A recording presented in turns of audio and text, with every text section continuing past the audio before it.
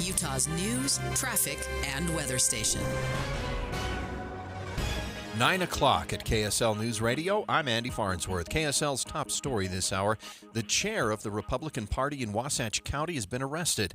Police say David Johnson turned himself in after an underage relative of his accused him of water-based torture. The girl had made a complaint that she was being waterboarded.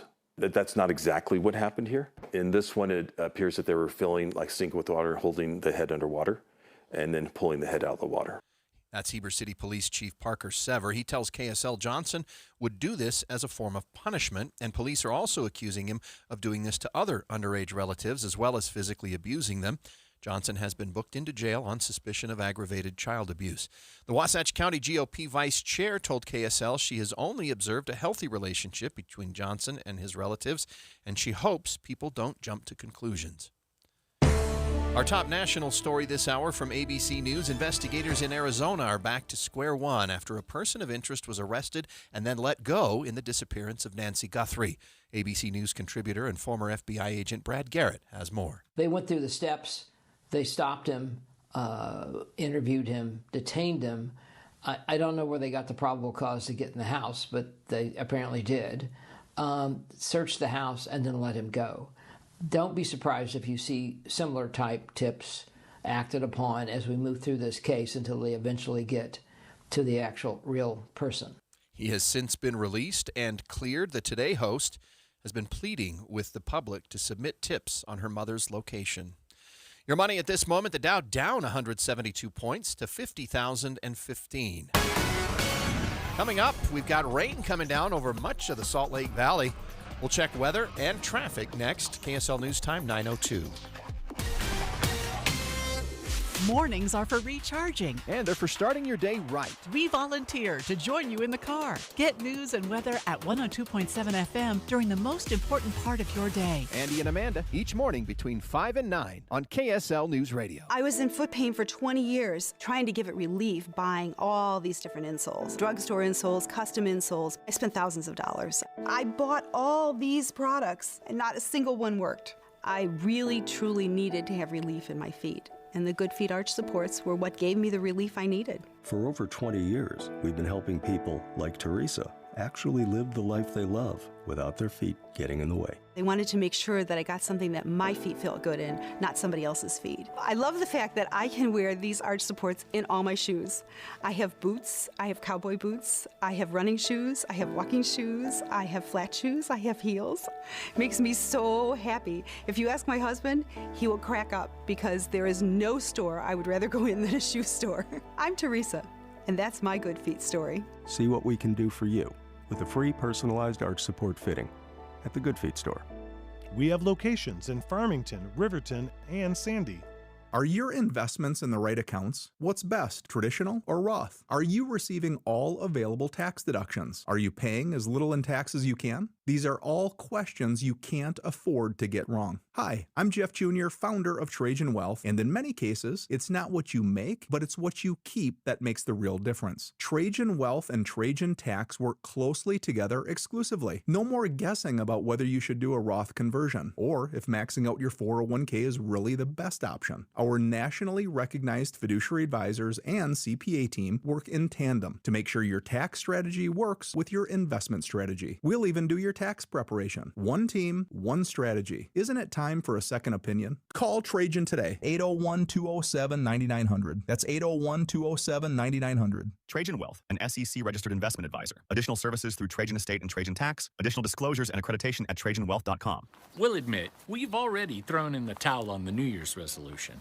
Yeah, and we made it through dry January. But one healthy new habit we're sticking with is Active Liver from New Nordic. Did you know your liver works around the clock processing food, sugar, alcohol, and everyday toxins? All things that can really impact your health. That's why daily support matters. Active Liver is designed to help protect normal liver function and support your body's natural detox process. With trusted ingredients like milk thistle, turmeric, and artichoke extract, it's gentle enough to take all year long. No harsh cleanses, no extreme detoxes, just simple daily liver support. We really feel the difference. Yup, more energy energy and the peace of mind knowing we can enjoy the good things in life while giving our liver the love it needs. Active Liver is available online at Amazon or NewNordicUSA.com. Or you can find it in stores at CVS, Meijer Grocery, Wegmans, and now Active Liver is available at your local GNC.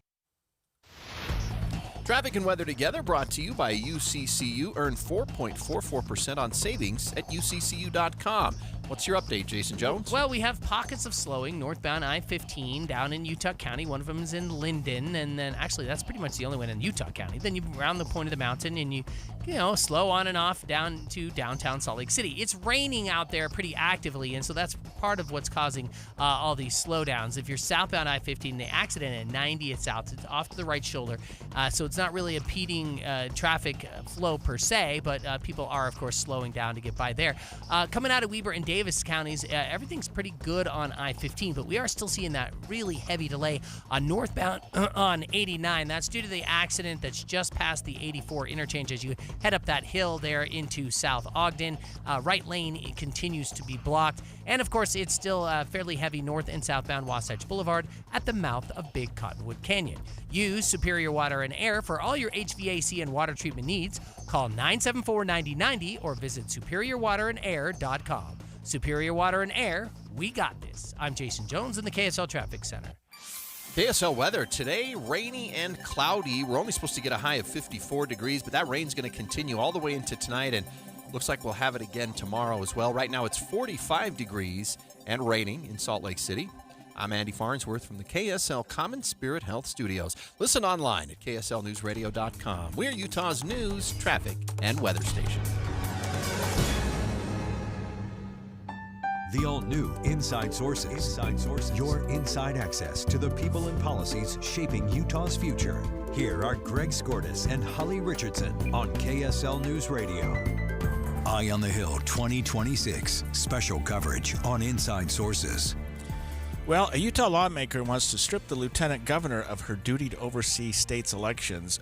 State Representative Lisa Shepard wants to create an office of Secretary of State and make that position the chief's elections officer. I had always assumed, Holly, that the lieutenant governor was the Secretary of State.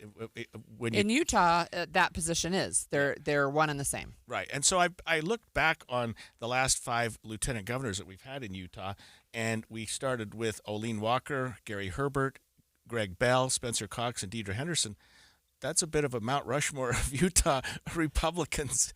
That's right. That's overseeing a dream team. Elections. So this follows yesterday a little bit. We talked about the bill that was being considered to change mail-in voting. Right.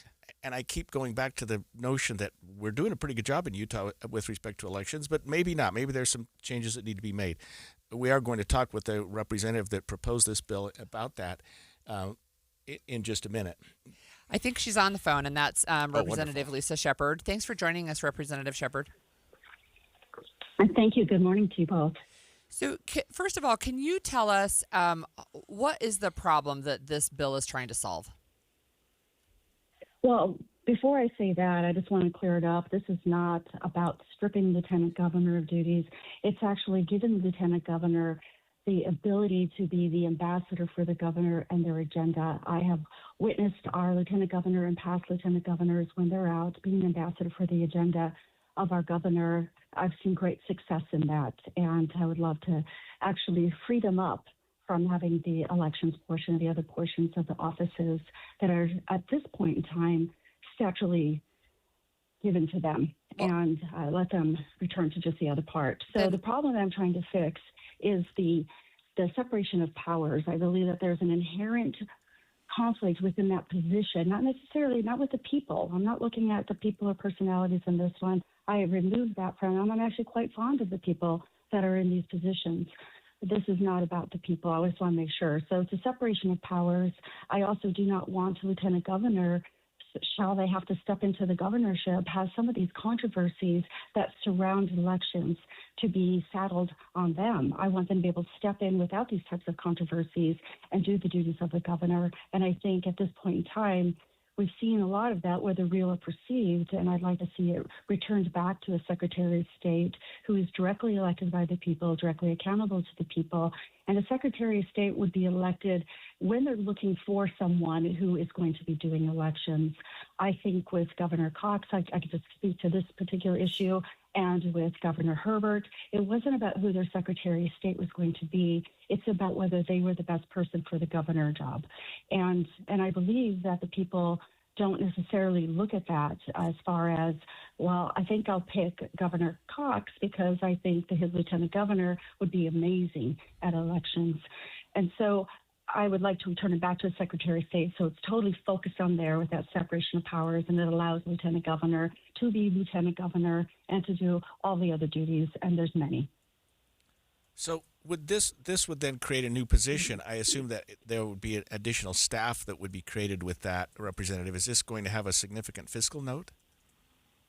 I haven't seen a fiscal note on it yet. It just got numbered and published, and they're still working on a fiscal note. So the way that I have devised this bill, it's that we take all the duties that are statutorily given to the lieutenant governor and give those to the Secretary of State. So that entire office basically we picked up and moved into under Secretary of State. Lieutenant governor would keep their people that they need to do those other duties, which I don't anticipate to be a large staff. And so there will be some cost to it, but I think the separation of powers is worth that cost. And I'm looking at House Joint Resolution 25, Representative. This would also require an amendment to our state's constitution, correct? Yes. And there's been people who have asked me to try to run it as just an appointment.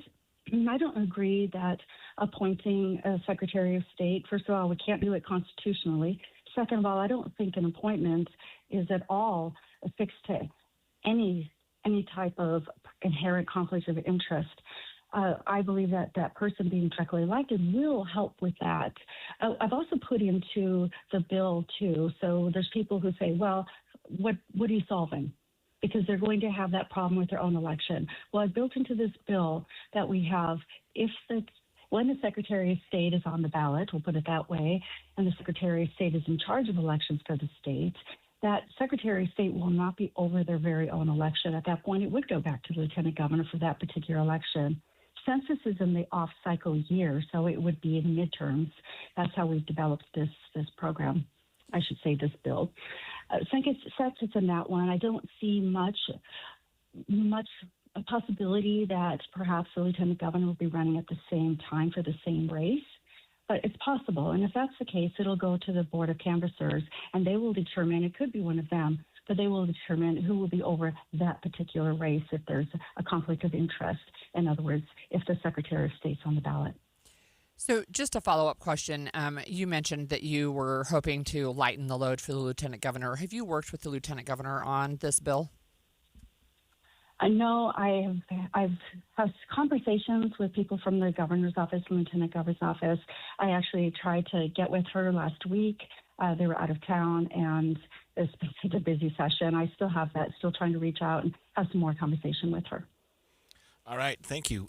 We'll look forward to seeing how that bill shakes out and how the joint resolution shakes out. That was Representative Lisa Shepard talking about her bill, which would create a Secretary of State for Utah and make them the state's chief elections officer. I don't know. This one sort of strikes me a little bit like the one we talked about yesterday with the mail-in voting, kind of a, if it's not broken, why are we trying to fix it? But that's just me, and I'm just looking from the outside in, I guess. Well, and there's another issue, too, and that is just timing. And I know that this is an issue that Representative Shepard cares about a lot, but it's already, it feels like it's late in the session. It's technically halfway. We've passed the halfway mark, but this bill is numbered 529. Doesn't mean it won't be heard. There's still 2 weeks left, and they're going to start doing 2 committee meetings a day tomorrow. Today is the very last of the appropriations subcommittee meetings. But already we're running out of time in the legislative session, and so we'll see if this bill is one that gets a hearing, and maybe it will be something that is studied during the interim. Some of the bills are already having that happen. Yeah, elections have certainly taken a lot of time from the Lieutenant Governor's office, and I understand that busy part of her job. But she does have the county clerks that do a lot of that as well. Yeah, that's right. So we're still staying on the Hill for this next segment, and we're going to talk about a bill that is going to be heard by lawmakers this afternoon. It would limit the use of polygraph breath tests on sexual assault victims. We're going to talk about that with the sponsor when we come back after this break. Andy, I like that shirt. Is that a new shirt? It is. It's from Ann Collar, and it's really rare to find a shirt that looks good and is super comfortable. And this is a fabric unlike anything I've ever felt. I got one for my husband and my sons, and they watching my 19-year-old put on the Ann Collar shirt and sort of check himself out in the mirror. I thought, wow, he's really digging that. And I can understand why, because it's not just comfortable, it's stain repellent, which I needed. Oh, my goodness. Because, That is something. He attracts spaghetti sauce to shirts like you would not believe. And with these Ann Collar shirts, I can get it out. And I have to wear a special bib when I eat spaghetti with a white shirt on. But with Ann Collar shirts, it takes those little tiny nicks and stains, and they don't stick to you. Yeah, you don't have to dump a bucket of stuff on you, but it would repel that too. You've got to try one. So whether it's the traditional white shirt or any of the patterns they have, it's Ann Collar, and they're made right here in Utah. If you've never tried Ann Collar before, we have got permission to give you 15% off at AnnCollar.com and go get your first. Use the code KSL15. That's Ann Collar, ANDCollar.com. A warning on cryptocurrency kiosk scams from AARP Utah. Scammers are getting smarter, and Utahns are paying the price. Criminals are using cryptocurrency ATMs to commit fraud, stealing people's retirement savings and costing Utahns millions of dollars a year. Many scams start with an unexpected call, text, or email from someone claiming to be a trusted source, like your bank, a business you use, or even law enforcement. They'll tell you there's an urgent problem and instruct you to take cash to a crypto kiosk or ATM. They may even stay on the phone pressuring you to act fast and keep it secret. But once you feed cash into a crypto ATM, it's converted to cryptocurrency and sent to the scammer's wallet, and it can be almost impossible to recover. Remember, no legitimate organization will ever ask you to pay with cryptocurrency. Learn more at the rising cost of cryptocurrency scams by visiting aarp.org/UT. A message paid for by AARP Utah. Be advised, this is your opportunity to save up to 40 to 80% on a hot tub or swim spa this weekend only. Friday through Sunday, 2 locations, Salt Lake City and Hurricane. Be advised, this is your opportunity to save up to 40 to 80% on a hot tub or swim spa.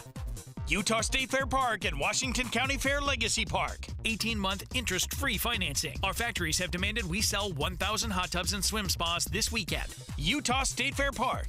Huge factory incentives, factory rebates, this weekend only. Washington County Fair Legacy Park. We can remove your old hot tub. Free delivery of your new hot tub. Just relax and enjoy. Starting price is too low to advertise. 2 locations, Salt Lake City and Hurricane. Utah State Fair Park and Washington County Fair Legacy Park. Deep discounts. Friday, 2 p.m. to 8 p.m. Saturday, 10 a.m. to 8 p.m. Sunday, 10 a.m. to 6 p.m. Free admission, free parking, free delivery. 2 locations, Salt Lake City and Hurricane. Call 833-SPA-SALE or visit hottubandSwimSpa.com.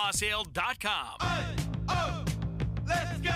You're still grooving, still connecting, still loving, still turning up, still thriving. You still got it, but your immune system, it weakens as you age. That's where vaccines come in. They help train and strengthen your immune response to fight off respiratory illnesses like flu, pneumococcal pneumonia, RSV, or COVID-19. Ask your doctor or pharmacist which vaccines you need.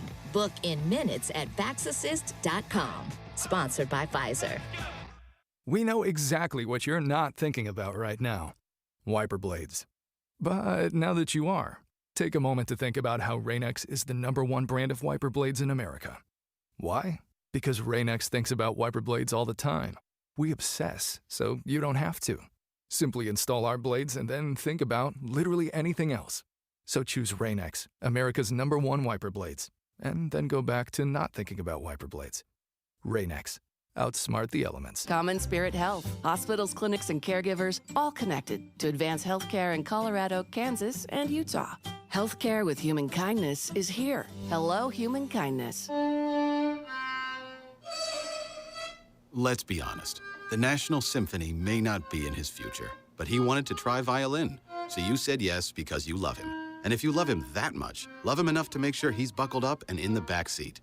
Find out more about keeping your kids safe in your vehicle at nhtsa.gov/therightseat. Show them you love them. Keep them safe. Visit nhtsa.gov/therightseat. Brought to you by the National Highway Traffic Safety Administration and the Ad Council. My savings are gone. Okay, where were they last? Here, right before I spent them on that vacation to Aruba. Weird. Not weird. Not saving now means no money later. For free ways to save, go to feedthepig.org. This message brought to you by the American Institute of CPAs and the Ad Council. and expanded inside sources. The proposal being heard today on Capitol Hill would limit the use of a polygraph test on sexual assault victims. And I think, Holly, a lot of people have asked, well, are they already limited in terms of what can be used? But law enforcement has, in my experience, requested, never in my experience required, but requested certain crime victims to take a polygraph in terms of their investigation.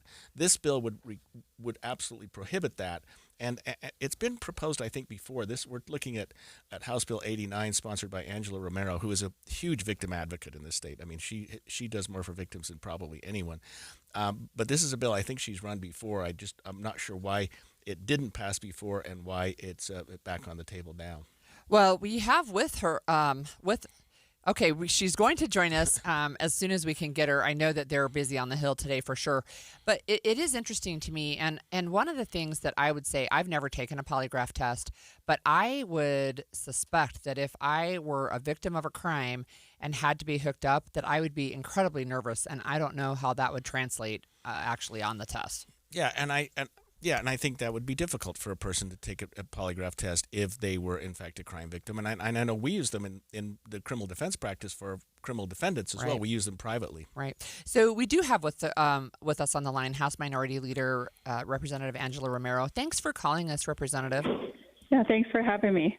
I wonder if you could tell our listeners what this bill would do and maybe the history of trying to get this bill passed. Yeah, the history of trying to get this bill passed has been interesting. It makes it over to the Senate, and it hasn't been prioritized on the last day of the session for the reading calendar. But basically what this bill would do would just ensure that government agencies and law enforcement don't require a victim of sexual assault to take a lie detector test. And as I heard your discussion earlier, we know that this can't be used in a court of law, and it's not the best way to investigate a crime when it comes to sexual assault.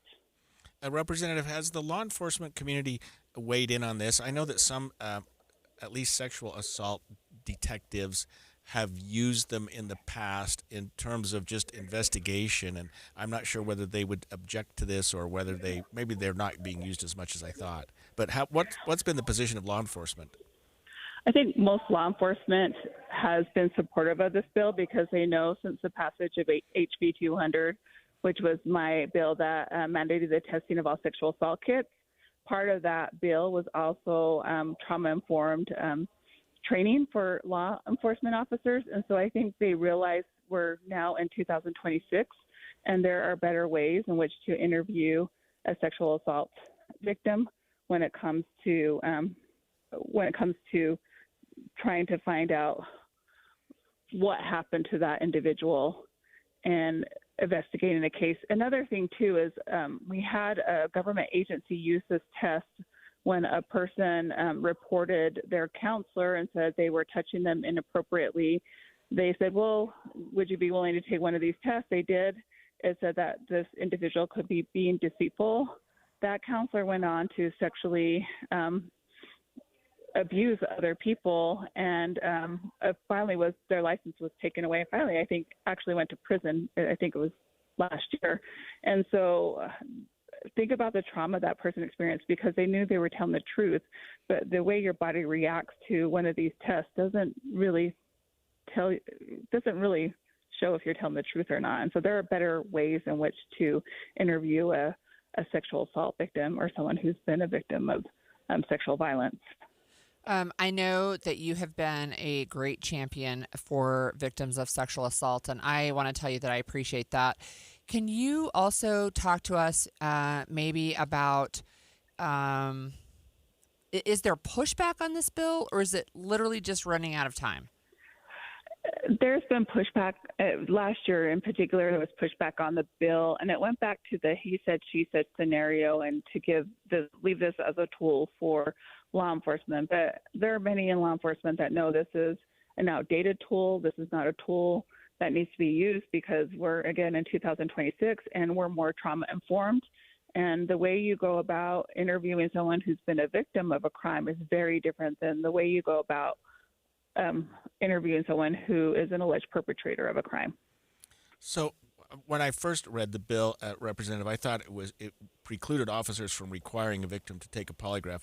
But as I read it, it says they can't even ask or require a victim to submit to a polygraph test. So what you're intending to do here is just say, look, the polygraph shouldn't even be part of the equation, not even part of the discussion, correct? Yes. And, in the past, another reason we were running this bill is to meet some standards with VAWA. As we know, in the federal government, there's lots of things happening, and that would have given us a little bit, more funding for victims of sexual assault. And so with all that's happening at the federal level, I don't know if that's an actual factor, but this is just really a best practice tool. There are 26 states and territories across the United States that have already said, we're not going to use this on sexual assault victims. So this is really about best practices and ensuring that we're trauma informed. For so long, we haven't focused on victims of sexual assault. There's been a lot of victim blaming, and that's why as a legislator, I've pushed a lot of legislation forward, because rape is number 7. We're number 7 in the country, which we're higher than the national average. And I just talked to Chief Red not that long ago from Salt Lake City, and he said they've had an increase of sexual assault reports. He doesn't think more sexual assault is happening. He just thinks because of all the work. He and I have worked together throughout the years, when he was up here with corrections, when he was up here with the Department of Public Safety, and now a Salt Lake City police chief, for us bringing that awareness and for telling people that please report, we'll believe you. So we think that's why we've seen an increase in reporting. It's not necessarily an increase in the crime. Thank you for that. I wonder if we could pivot for the last couple of minutes and have you talk about your bill on victim amendments. It's HB 345, and I think you're presenting that this afternoon as well. Yeah, and so what this bill will do is if somebody's been incarcerated or they've been sexually assaulted when they're incarcerated, this would just give them services to mental health treatment even after they're no longer incarcerated. A lot of times people think because somebody's incarcerated, crimes can't happen to them, and sexual assault is something that can happen. And so we want to make sure if somebody has been a victim of sexual assault while incarcerated, that they're getting the help and services they need. And so I've been trying to pass PREA, Prison Rape Elimination Act, here in Utah for several years. I was able to implement some of that policy a few years back. This is an extension of it, and ultimately my goal would be to implement full PREA for the Prison Rape Elimination Act. We're one of a few states that doesn't participate fully in it. I was going to do that this session, but they put a big price tag on it. Corrections did, and it would have been another $805 in ongoing funding for more staff for them. So I didn't want to take away the other part of the bill, so I substituted it, and we're just focusing now on the survivor. There is the funds available so that when they leave incarceration, they can still get that help and treatment they need to move forward.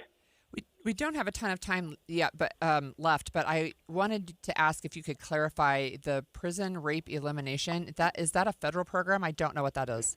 Yeah, it's a federal standard, and I know right now this current administration is reevaluating that and looking at how that is implemented. But it's been around. My brain's not functioning today, but it's been there for some time, and we're maybe one of 3 states that doesn't fully implement. And there used to be federal funds attached to that as well. I haven't read the bill, Representative, and I'm embarrassed. But does the bill distinguish about who the perpetrator is? Just my own experience, I've dealt with cases where the perpetrator was staff at the prison and where the perpetrator was another inmate. Is that a distinguish that means anything in terms of your bill? Not this bill. This bill is just making sure that when someone's incarcerated and after they leave incarceration, that they're still getting, they still have access to the mental health help that they were receiving while incarcerated. Or sometimes when someone's incarcerated, as we know with sexual assault victims, they don't report. And so this would give them an opportunity to seek services after incarceration as well. So it's really survivor focused. Thanks for helping us understand both of these bills, Representative Romero. I do have one other bill just to mention. Go ahead. Trying to get ongoing funding for the sexual assault hotline. And so that bill got one-time funding last year of $100,000. We're asking for $300,000 on ongoing funding. It was prioritized highly in social services. We don't know where that'll go, but that means that hotline will be available. So if somebody's been a victim of sexual assault, they can call that line, and there's a live person that can talk them through whether to report, whether to go to the hospital, or it could be a person's family member calling on behalf of a family member. We want to make sure if somebody's been a victim of sexual assault in Utah that there is a support mechanism in place for them. And so that hotline is really critical. Very well. Good explanation. Thank you so much. When we come back after the break, we're going to switch gears, but stay on the Hill a little bit. Should college students be able to opt out of class assignments due to religious or other beliefs? One Utah lawmaker thinks so. We'll learn more about that after the break. 9:30 at KSL News Radio. I'm Andy Farnsworth. KSL's top story this hour, a Utah lawmaker wants to strip the lieutenant governor of her duty to oversee Utah's elections. KSL News Radio's Adam Small has details. State Representative Lisa Shepard wants to create a Secretary of State, which would be another elected position in the executive branch, and make them the state's election czar. Representative Shepard has introduced both a bill and a resolution to do this, but not only would the legislature need to pass both, voters would need to sign off on the idea because to create a new state office, you need to amend the state constitution. Lawmakers have yet to vote on the proposal because it was just released yesterday. Our top national story this hour from ABC News, Israeli Prime Minister Benjamin Netanyahu will meet with President Trump at the White House today. Iran is a key topic on their agenda. ABC News White House correspondent Karen Travers has the latest. President Trump said this week that Iran wants to make a deal with the U.S., quote, very badly. And he says Iran is engaging more seriously in negotiations than previous rounds due to his threats of military action. The president said he's considering sending a second strike group to the Middle East, telling Axios, quote, either we will make a deal or we will have to do something very tough like last time, a reference to the strikes last summer on Iran's nuclear sites. Israeli Prime Minister Benjamin Netanyahu today is expected to present intelligence to the president on Iran's efforts to rebuild its ballistic missile program and nuclear program. Karen Travers, ABC News, the White House. Your money at this moment, the Dow's recovered a little bit from some earlier losses. Right now, the Dow down 74 points to 50,114. Coming up, it's one of the few times that traffic and weather together are truly affecting each other. We'll check that coming up next. KSL News Time, 9:32. A reminder about the simplest way to get updated for your day. Hit your KSL preset when you jump in the car, and we'll take care of the rest. Hear key news updates and traffic reports. Andy and Amanda from 5 to 9 in your car. KSL News Radio at 102.7 FM. When Team USA is on, you can almost see the moment a kid starts believing they could be next. Now, while Xfinity can't guarantee that, they can guarantee something just as important, that your internet price won't change for 5 years. No contracts or commitments.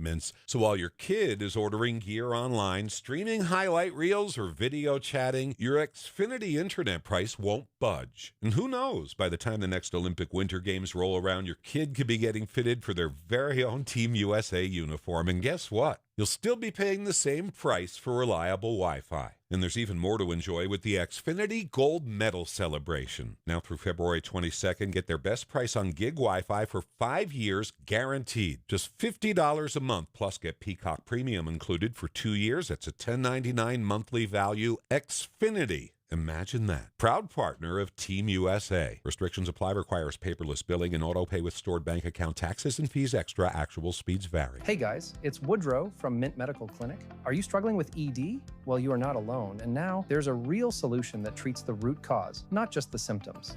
Introducing our Trifecta approach, a breakthrough combination of acoustic wave therapy, hormone replacement, and cryotherapy, all designed to restore blood flow, boost performance, and rebalance your hormones. Whether it's ED or hormonal imbalance, if you're ready to reignite your love life, this treatment helps bring back your energy, your drive, and your confidence.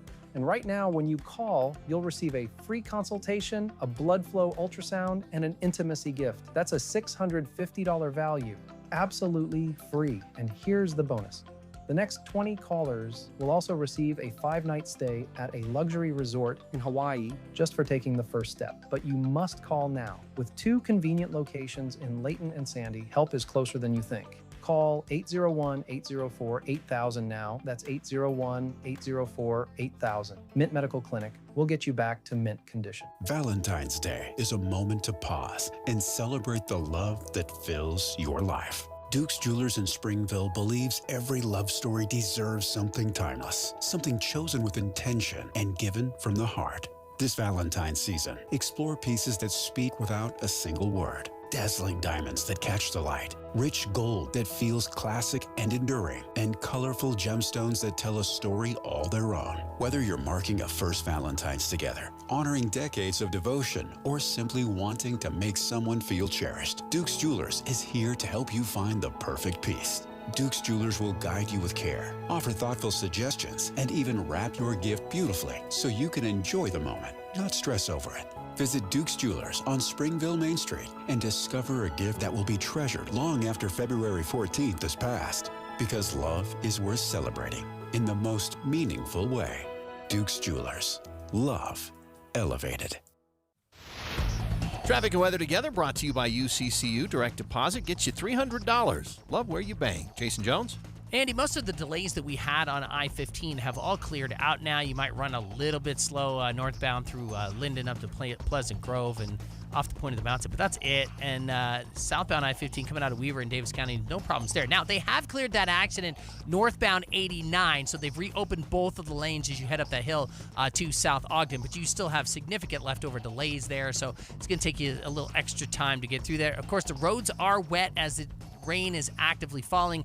It's snowing up in the canyons as well. So if you're headed up to Big and Little Cottonwood Canyon, you need to have traction devices on your vehicle. It is also still very heavy to get into Big Cottonwood Canyon on Wasatch Boulevard. Don't miss the Sportsman Vacation and RV Show coming to the Mountain America Expo February 12th through 15th. Hundreds of RVs all in one location. Buy tickets online at UtahRVShow.com. I'm Jason Jones in the KSL Traffic Center.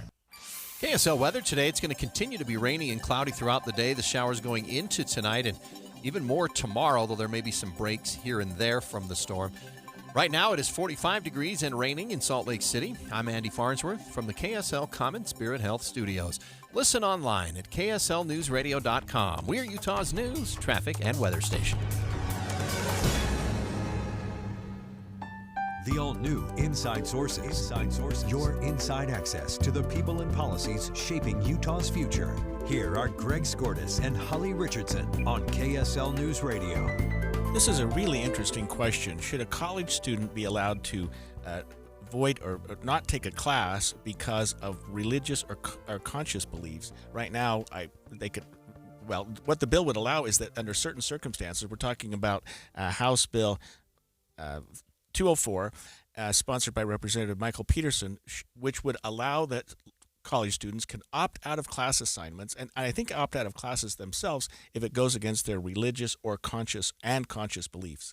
Well, I think they can already opt out of the class by just not signing up, but this would let them opt out of a specific assignment during class. So we do have with us on the line Representative Mike Peterson to talk to us about this legislation. Thanks for joining us, Representative. Good morning. It's my pleasure. So my very first question, and I've started asking all lawmakers who are joining our show this question, what is the problem this bill is trying to solve? Holly, that's a great question. So last year, my daughter, she's finishing her master's of social work. She's doing it out of state, but she called and said, "Dad, I just got assigned to write a letter to my legislator on behalf of LGBTQ issues. I have to advocate for them." And it got me thinking about that, and I was concerned that that's sort of we would call that compelled speech, right? So I actually went to held a couple of town halls, and during the town hall I mentioned this issue, and lo and behold, I found several people who had told me similar things were happening for their university students here in the state of Utah, being compelled to participate in activities or to write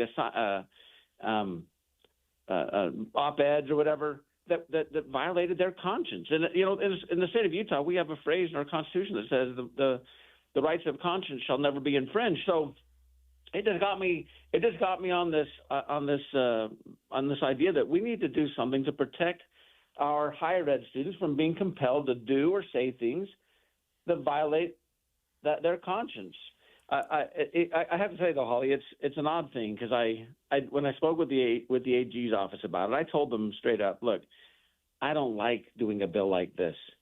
This is I wish we didn't have to. And most professors are wonderful and they're accommodating, most professors are compassionate, understand the needs of their students. But I would bet you two, even in your university experience, maybe you had professors sometimes who were a little less accommodating, a little more sure that what they were doing was the only and the right way to go. And so we just want to do something that would protect all students. Representative Peterson, can you tell us about the nuts and bolts of this? What procedurally does a student do?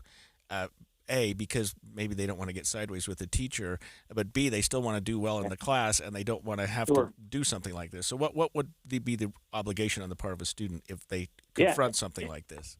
Yeah, thanks, Greg. And you're right. You don't want to get sideways with the professor. So what happens is in the bill we define what we call fundamental alteration. That means that we want the student to get the essential content. They have to. In fact, I mean, heck, we've got all these accreditation organizations that require that things happen in classes and courses and programs. We have to meet those essential content.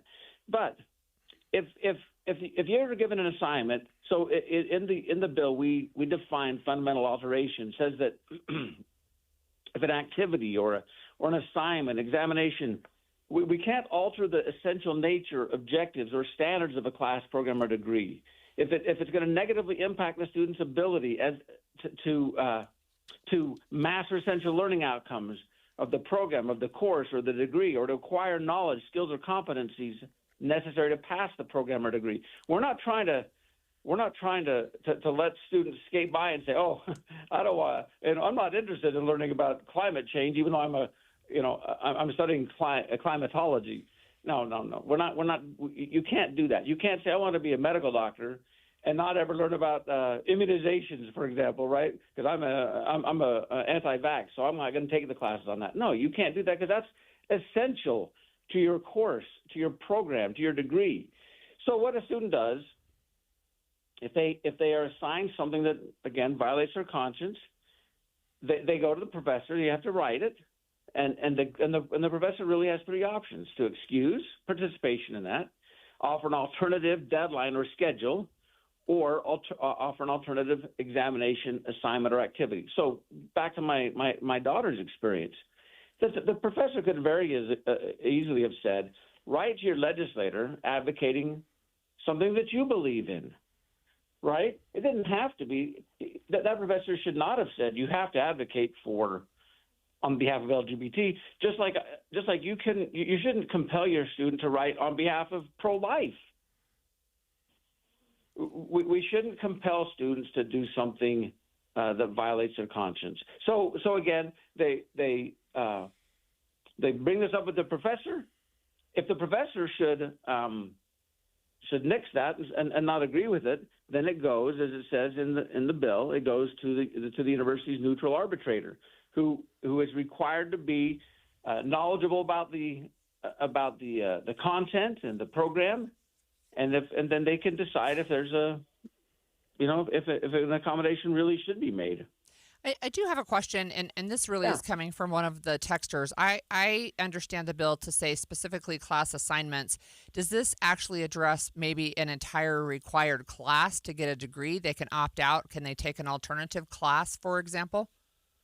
It could do that. Mm-hmm. Okay. For example, I've talked to folks who are, again, back to, I'll just say social work, because it's an example that's come up a few times. Let's say you want to be a social worker and you're required to take a course on, again, LGBT studies, and maybe that's not going to ever be a part of. Well, again, you're gonna go to the program and they're going to help you decide, is this really essential to getting your degree? Is this really essential? And if it is, guess what? You're going to continue to do that course. If it's determined that it's not, then you won't. All right. Thank you for that. I appreciate the explanation. That was Representative Mike Peterson. And, we want to hear from our listeners. We already have lots of feedback coming in, but let's take your calls, 801-575-TALK. Should college students be able to opt out of class assignments due to religious or conscious beliefs? Release of conscience, call us at 801-575-TALK or text us at 57500, and we will talk with you when we get back. If you've ever set New Year's resolutions before, you know how difficult it is to follow through because you have to wait to see the results. What's up, everybody? I'm Mike Wilson with Any Hour Services, and in honor of your New Year, New You resolutions, Any Hour Services is having our New Year, New System sale. From now until the end of February, Any Hour Services will give you $2,026 off a new furnace and air conditioner. And you don't have to wait to save the money. You get $2,026 off at the time of purchase. The only thing you have to do to qualify for our New Year, New System sale is call Any Hour Services and schedule a free estimate. When you call, there's no obligation to buy. Just schedule a time to meet that works best for you. Let me say that again. From now until the end of February, when you have Any Hour Services install a new furnace and air conditioner, we'll give you $2,026 off. Call Any Hour Services right now and schedule a free estimate. 801-443-7400. You can Google Any Hour Services. You can even schedule online at anyhourservices.com. No one helps more homeowners than Any Hour Services. KSL offers the best daily newsletter in the state. It's the 3 things you need to know. Every weekday, we deliver quality and relevant content to your inbox. No ads, no spam, just the 3 things you need to know to be informed about the world around you. Subscribe today. Visit KSLNewsRadio.com or text the word inbox to 57500. That's inbox to 57500. For years I've said this, when it comes to the person you love, there are 3 dates you never, ever want to forget or overlook. 1, birthday. 2, anniversary. 3, it's Valentine's Day. And the perfect place to celebrate Valentine's Day with the one you love, it's Ruth's Chris Steakhouse. First of all, of course, the best food you have ever had. But the ambiance, the wait service is absolutely incredible. And we have 2 locations. 1, Hotel Park City, up in the mountains after a day of skiing. That would be perfect. And of course, also in downtown Salt Lake City at 275 South, West Temple. The steaks are divine. You're going to love the seafood dishes, poultry, whatever it is, cooked to perfection at Ruth's Chris Steakhouse. Be sure to make your reservations now for Valentine's Day. 1-877 Cars for Kids. KARS Cars for Kids. 1-877 Cars for Kids. Donate your car today. 1-877 Cars for Kids. KARS Cars for Kids. 1-877 Cars for Kids. Donate your car today. Ready to get rid of that old car? Donate it to Cars for Kids. Call 1-877-CARS-FOR-KIDS to reach a friendly live agent. Donation is super easy, and your car can be picked up as soon as tomorrow. Call us now, 877-CARS-FOR-KIDS. That's cars with a K to donate your car today. 1-877 Cars for Kids. KARS Cars for Kids. 1-877 Cars for Kids. Donate your. Did you know you can donate real estate too? Go to carsforkids.org. That's carsforkids.org. This President's Day, Pure Talk is honoring Jackson and Lincoln by offering unlimited talk, text, and plenty of data for just $25 a month. Meanwhile, Big Wireless is honoring Benjamin Franklin by charging families hundreds of dollars for the same 5G service. What's up with that? Ben Franklin wasn't even a president. When you switch to Pure Talk, you'll be in business with an American wireless company that supports our vets in a big way and keeps all their customer service in this country. That's important. And you'll be on the same towers the big carriers use, so you'll get the same 5G service without the inflated price. So hang on to your Benjamins and switch to Pure Talk for a Jackson and a Lincoln. No contract, no hidden fees. Dial pound 250, say Mike Rowe, and you'll get 50% off your first month when you switch. That's pound 250, Mike Rowe, for an American wireless company that is truly unprecedented. Pure Talk. Need to replace your Social Security card? In most states, you can request one online with a My Social Security account. A My Social Security account gives you secure access to your personal earnings history and benefit status. You can also get a proof of income letter, estimate and apply for benefits, and more. Save time. Go online. Open a My Social Security account at ssa.gov/myaccount. Social Security. Securing today and tomorrow. Produced at U.S. taxpayer expense. and expanded inside sources. Inside Sources. We're following up on a discussion we just had. Should college students be able to opt out of class assignments due to their religious or conscious beliefs? And let me just say this, having attended law school, one of the things we are taught in law school is that you have to be able to argue either side of an equation. Yeah. And you had the moot court competition where we were arguing appellate, and you didn't know which side you were on. You had to be able to take either side, and it wasn't a matter of do you agree with it or not. You had to be able to articulate it. Same with the mock trial. One day you were a prosecutor, one day you're a defense attorney, and some people might have thought, well, I could never prosecute, or I could never represent somebody who may be guilty of a crime. Didn't matter. In law school, you did the trial, you did the assignment, and just in my experience, because I taught mock trial at the law school for several years, I didn't have any students who said, hey, I just don't think I can do this. They sort of enjoyed the assignment. And I always have told people who want to be prosecutors, go defend for a while. And people who want to do defense attorneys, go prosecute for a while. Just see the other side. Yeah, and I think even my experience being on the Hill is when I started doing citizen advocacy, which is lobbying for no money, I had to be able to know what people were saying in opposition to what I was saying, right? And I had to know both sides.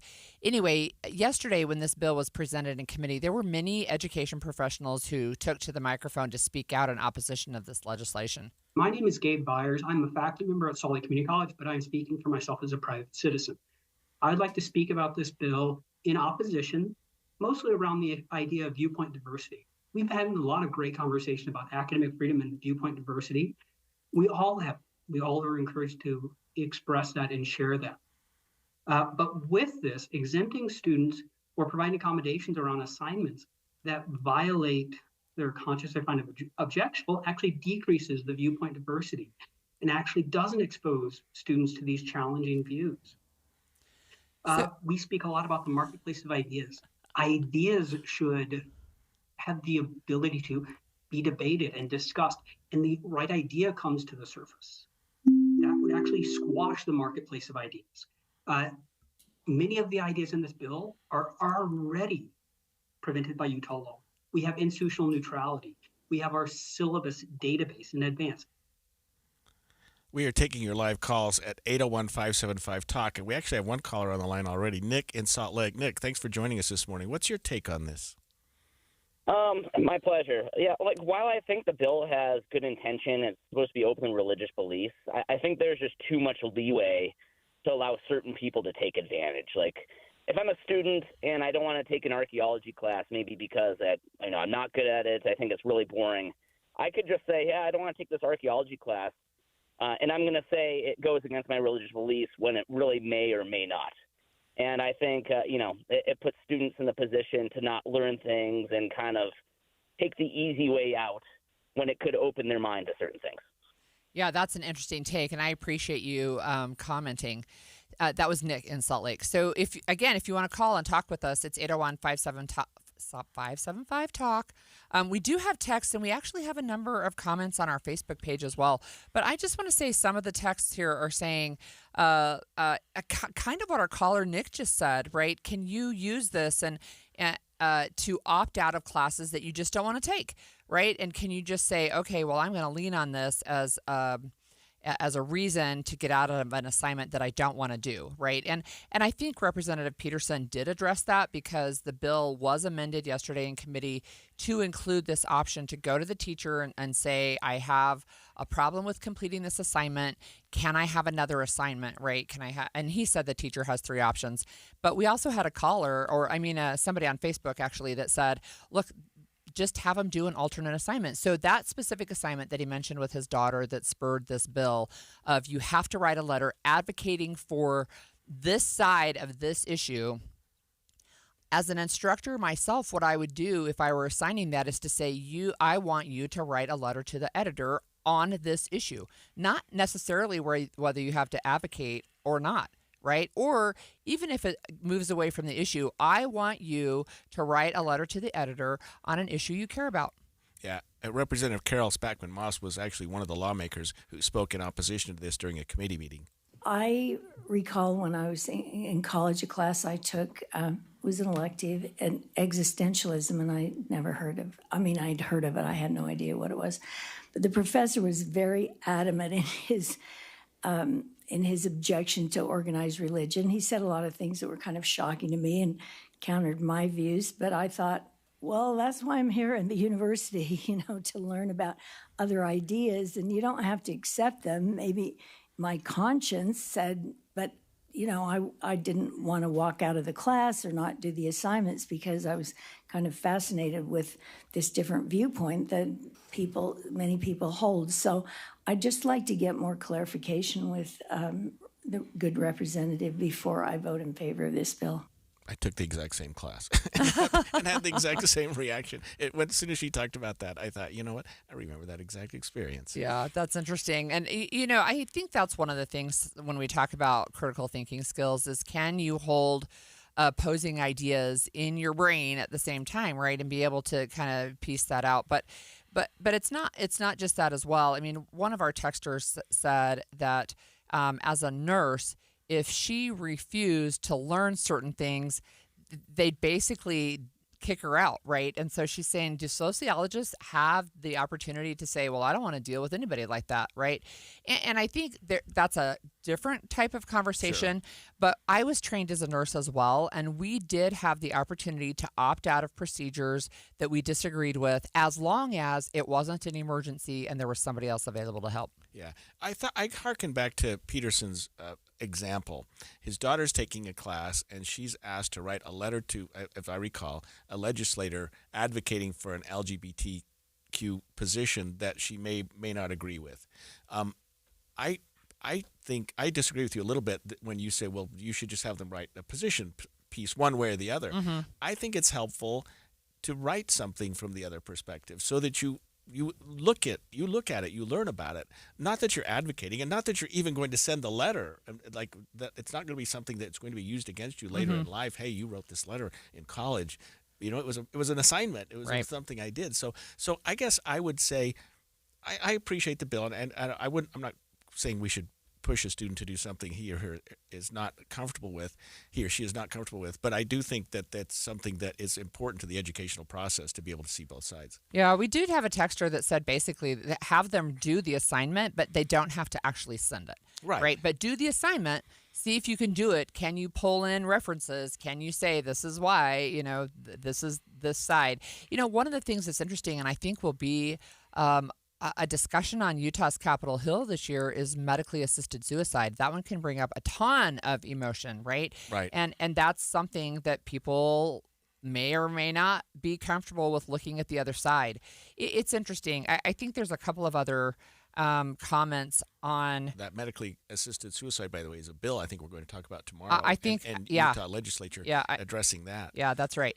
So we have several people, quite a few people actually, on the Facebook post for KSL News Radio that basically said, they're basically saying, I think you should be able to learn about different points of view to the point where you can express them and why people might think that, right? And that they're uncomfortable with the idea of students being able to opt out of this. Now, this bill passed out of committee yesterday. It'll go to the full House floor for discussion, but it is interesting. Yeah, and I understand the bill, and I understand the what's behind it. It seems like the people that are speaking against it, at least the two sound bites that we heard, were both educators. That was interesting to me.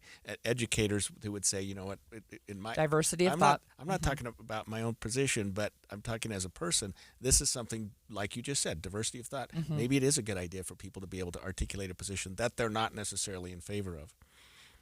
Yeah. So again, that bill was heard yesterday. There was that sound that you heard when we played the educator. That was the House calling them to come in and vote. So those are the chimes. I was wondering about that. Yeah, those are the chimes. You recognize that? Yeah, I did recognize that. And just a funny story about the legislature from back in the day. So you hear those chimes a lot on the House side.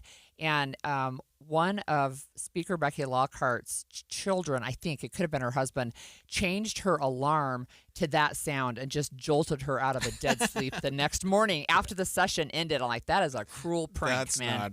That's not fair. Well, we talked about this yesterday, the search for the the person who kidnapped Nancy Guthrie. A person was actually detained yesterday, but then released. We'll get the latest updates on what happened with that investigation from News Nation after this break. KSL FM Midvale. KSL Salt Lake City. From the KSL Common Spirit Health Studios, this is KSL News Radio. Utah's news, traffic, and weather station. 10 o'clock at KSL News Radio. I'm Andy Farnsworth. KSL's top story this hour. We're monitoring a fire at an apartment building at 123 East 2nd Avenue. We could see flames on a balcony from here at Broadcast House. The Salt Lake City Fire Department says the fire is under control and they are ventilating the building but still evacuating residents out of the impacted area. We have a team gathering more information and we'll pass along updates as we get them. Our top national story this hour from ABC News. The White House is touting the new jobs numbers that were released this morning. The Labor Department says 130,000 jobs were added last month, which is higher than the previous month. President Trump is touting the January jobs report, writing on social media that it was, quote, great and far greater than expected. He again called for the Federal Reserve to lower interest rates. The Fed slashed interest rates 3 consecutive times last year in an effort to boost the flagging labor market. President Trump's economic advisor, Kevin Hassett, reacting to the jobs report. The best labor force participation that we've had since 2001, the lowest share of federal government employees that are working since 1966. Everything is hitting on all cylinders. Karen Travers, ABC News, the White House. Also at the White House today, Israeli Prime Minister Benjamin Netanyahu meeting with President Trump. Iran will be a key topic on their agenda. Your money at this moment, the Dow is down 21 points. That's bounced back a little bit from its low earlier this morning. Right now it's 50,166. Coming up, we've got a few days with rain, KSL weather, and traffic. Coming up next, KSL News Time, 10:01.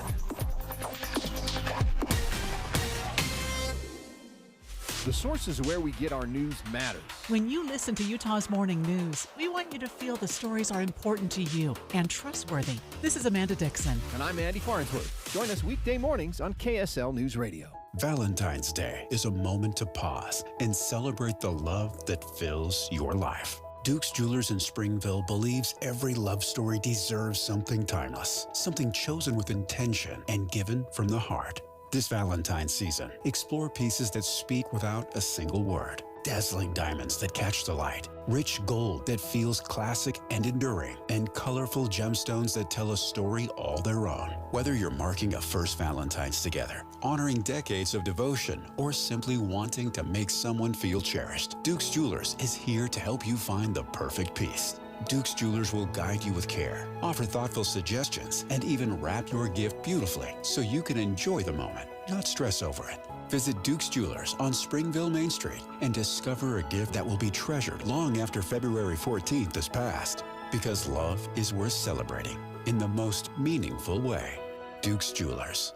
Love elevated. Tim Jr. here from RGS Exteriors. Did you know that we offer 3 distinct styles of gutter protection? Each one meant to handle a specific leaf problem. You might not even know there are different styles of gutter protection, but there are. And if you pick the wrong one, it could be a huge waste of money. Now, the big gutter guard companies won't tell you this. They try to sell you a one-size-fits-all gutter guard. And it could be completely wrong for the amount and types of trees and leaves you have. Not RGS Exteriors. We understand which kind of leaf problem needs which kind of gutter guard. We'll do an in-depth evaluation to assess the types, locations, and numbers of trees in your yard. Based on that data, we match your home to the right gutter guard. So don't risk wasting money on the wrong gutter protection. For a free evaluation and estimate, call RGS Exteriors at 801-280-3110 or visit rgsexteriors.com. That's 801-280-3110 or rgsexteriors.com. Welcome to guided meditation. Close your eyes. You're at the beach. The seagulls are calling. You take out your iPhone 16e you got from Cricket and use Apple Intelligence to clean up that selfie you just took. It's a good one. You send it to your friends instantly thanks to reliable nationwide 5G. They're totally jealous. Get iPhone 16e for $49.99 when you switch. Smile, you're on Cricket. Requires new line on the Supreme Unlimited plan. First service charge and tax due at sale. $25 activation fee. Terms and restrictions apply. Cricket 5G is not available everywhere. See store for details. Meet Matthew Preston. Inside his apartment, everything he holds dear is protected by Progressive's Renter's Insurance, like his laptop and a surprisingly valuable collection of baseball bobbleheads. Outside his apartment, his laptop is still protected, as are his bobbleheads, which he carries around with him for reasons no one knows. Renters, the limits of protection aren't just the four walls of your home. When you're in Progressive's Protection Zone, get a quote at Progressive.com. Progressive Casualty Insurance Company, affiliates, and third-party insurers. Traffic and weather together brought to you by UCCU. Up to $500 for loan transfers. Love where you bank. Jason, what are you looking at? Well, Andy, we have a car that's facing sideways across I-15, which is not really the direction you want to be facing if you're in your car at this time. So it's blocking the two center lanes. This is right at the exit, the off-ramp for Temp Highway down in Lehigh.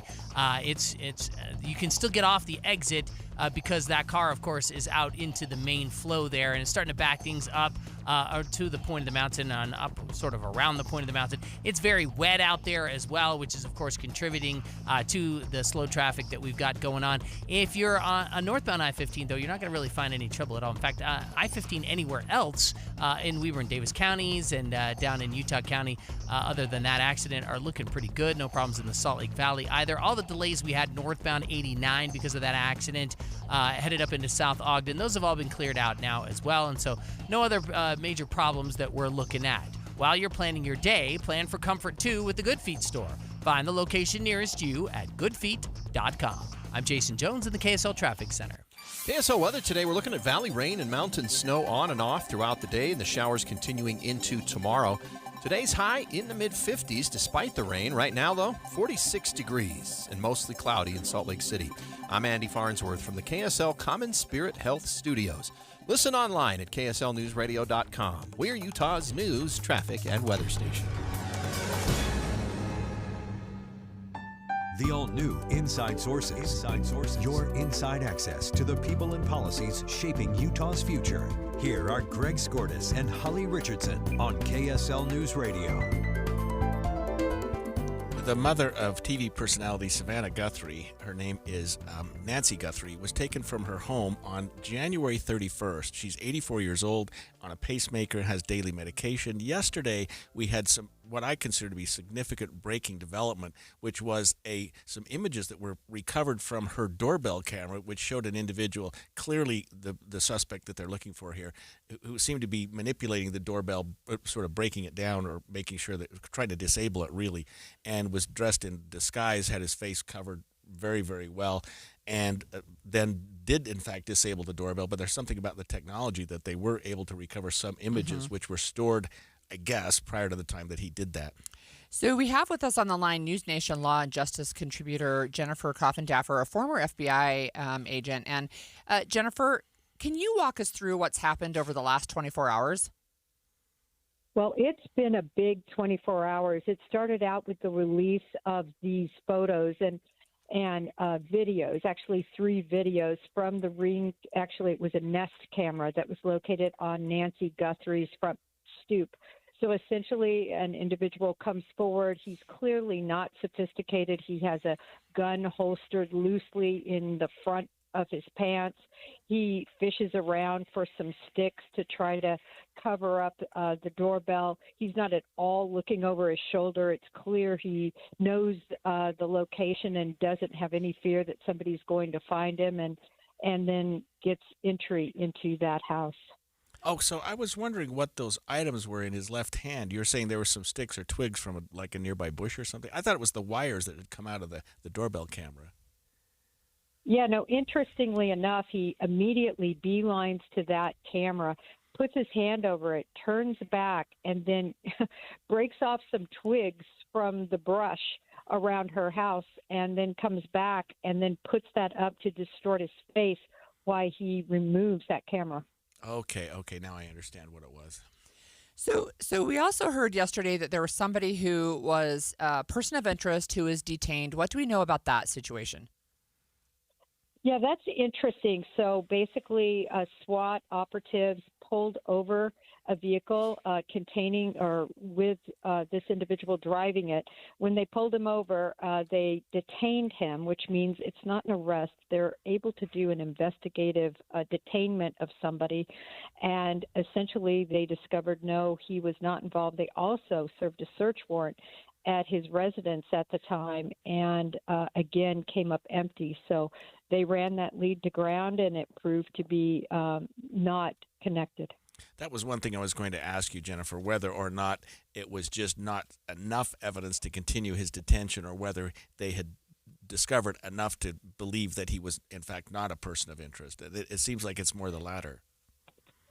Yes, I agree with you. I really believe that they had probable cause, obviously, to stop him. They had probable cause to conduct their search. But at the end of the day, again, it was a lead they followed up on and, ran it to ground, and it did not end up bearing fruit in terms of connection to Nancy Guthrie's disappearance.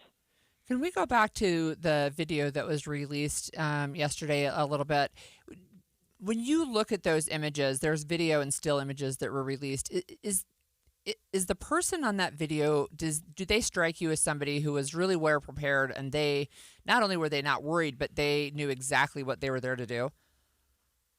Yeah, I think it was well planned, but I don't think this individual is at all sophisticated or trained. No former military or police training, from what I can tell, judging by the holstered weapon, judging by the fact he wasn't prepared enough to know he would need something to put over that camera, and judging by the attire he chose. He had chose attire that they're going to be able to trace, I believe, in terms of the mask over his face, which is quite unique. It didn't cover his eyebrows, which are also unique. It showed his facial hair, which again is unique. So there's a lot of clues now. Yeah, but he did have a lot of covering, including his hands. He had some weird gloves on. I mean, at first I thought they were like a boxing glove, but he was doing what he could, Jennifer, to at least not leave prints. I mean, not that that shows some great level of sophistication, but I mean, he's covered his face fairly well, and he's covered his hands almost completely. Yes, he did throw together kind of a makeshift outfit with a face covering and fully clothed. So he got that covered, but I would call this more of a novice or amateur attempt. It seemed like this might be one of his first rodeos. I was going to ask this, just from your experience with the FBI. There has been conversation about a ransom note, and I can't think of another reason why this woman would have been removed from her home. Do we know anything more about where that all sits? Well, these ransom notes, I believe it's a low probability that they're real. Essentially, they came in 3 days late after she was abducted. They were sent to two local stations initially, 12 hours later to TMZ, I believe, because whoever sent them wasn't getting the play they had hoped for in the media. They never offered any proof of life or any proof of death, any proof of anything. And so they did not strike me as being legitimate, but rather really used to terrorize this family. And now they've followed up with another note. And in that note, they said, listen, send us the money and we'll tell you who the bad guys really are. So this is just playing out like a bad screenplay. Wow. So we're speaking with News Nation Law and Justice contributor Jennifer Coffindaffer, formerly with the FBI. And Jennifer, a question I have for you, and we've talked with Greg Skordas before, who's an attorney here with me. How does releasing these types of images, how do they help the cases move forward? Well, I tell you what, this is the most important and critical lead we've seen in the public. These images need to be splashed everywhere possible and on repeat. Because somebody is going to recognize those eyes, those unique eyebrows, the mustache, and then also the clothing. They will understand a backpack, perhaps, that they've seen with somebody they know or close to. This is how so many crimes are solved, and it's going to take the public's help, I believe, in this one. We've got about a minute left, Jennifer, and this might be an unfair question in a minute, but what does your gut tell you about the motive, and if it is extortion, ransom, why haven't we had something proffered from the suspects? It's interesting. In 28 years as a federal agent, I never really went with my gut. I've always gone with the facts. And in this case, it appears to me that this is something close to home, that this is personal, and that it was for likely monetary gain. But I'm not sure about the ransom aspect. Thank you so much for joining us today. That was Jennifer Coffindaffer, formerly with the FBI and now with News Nation. Yeah, really interesting perspective. It was good to have that from law enforcement. Yeah, really good. So when we come back, Mike Lee's election bill has hit some snags in the Senate, and we're going to talk with Cami Mondo, our congressional correspondent, about the SAVE Act and what's up. We'll talk with her later.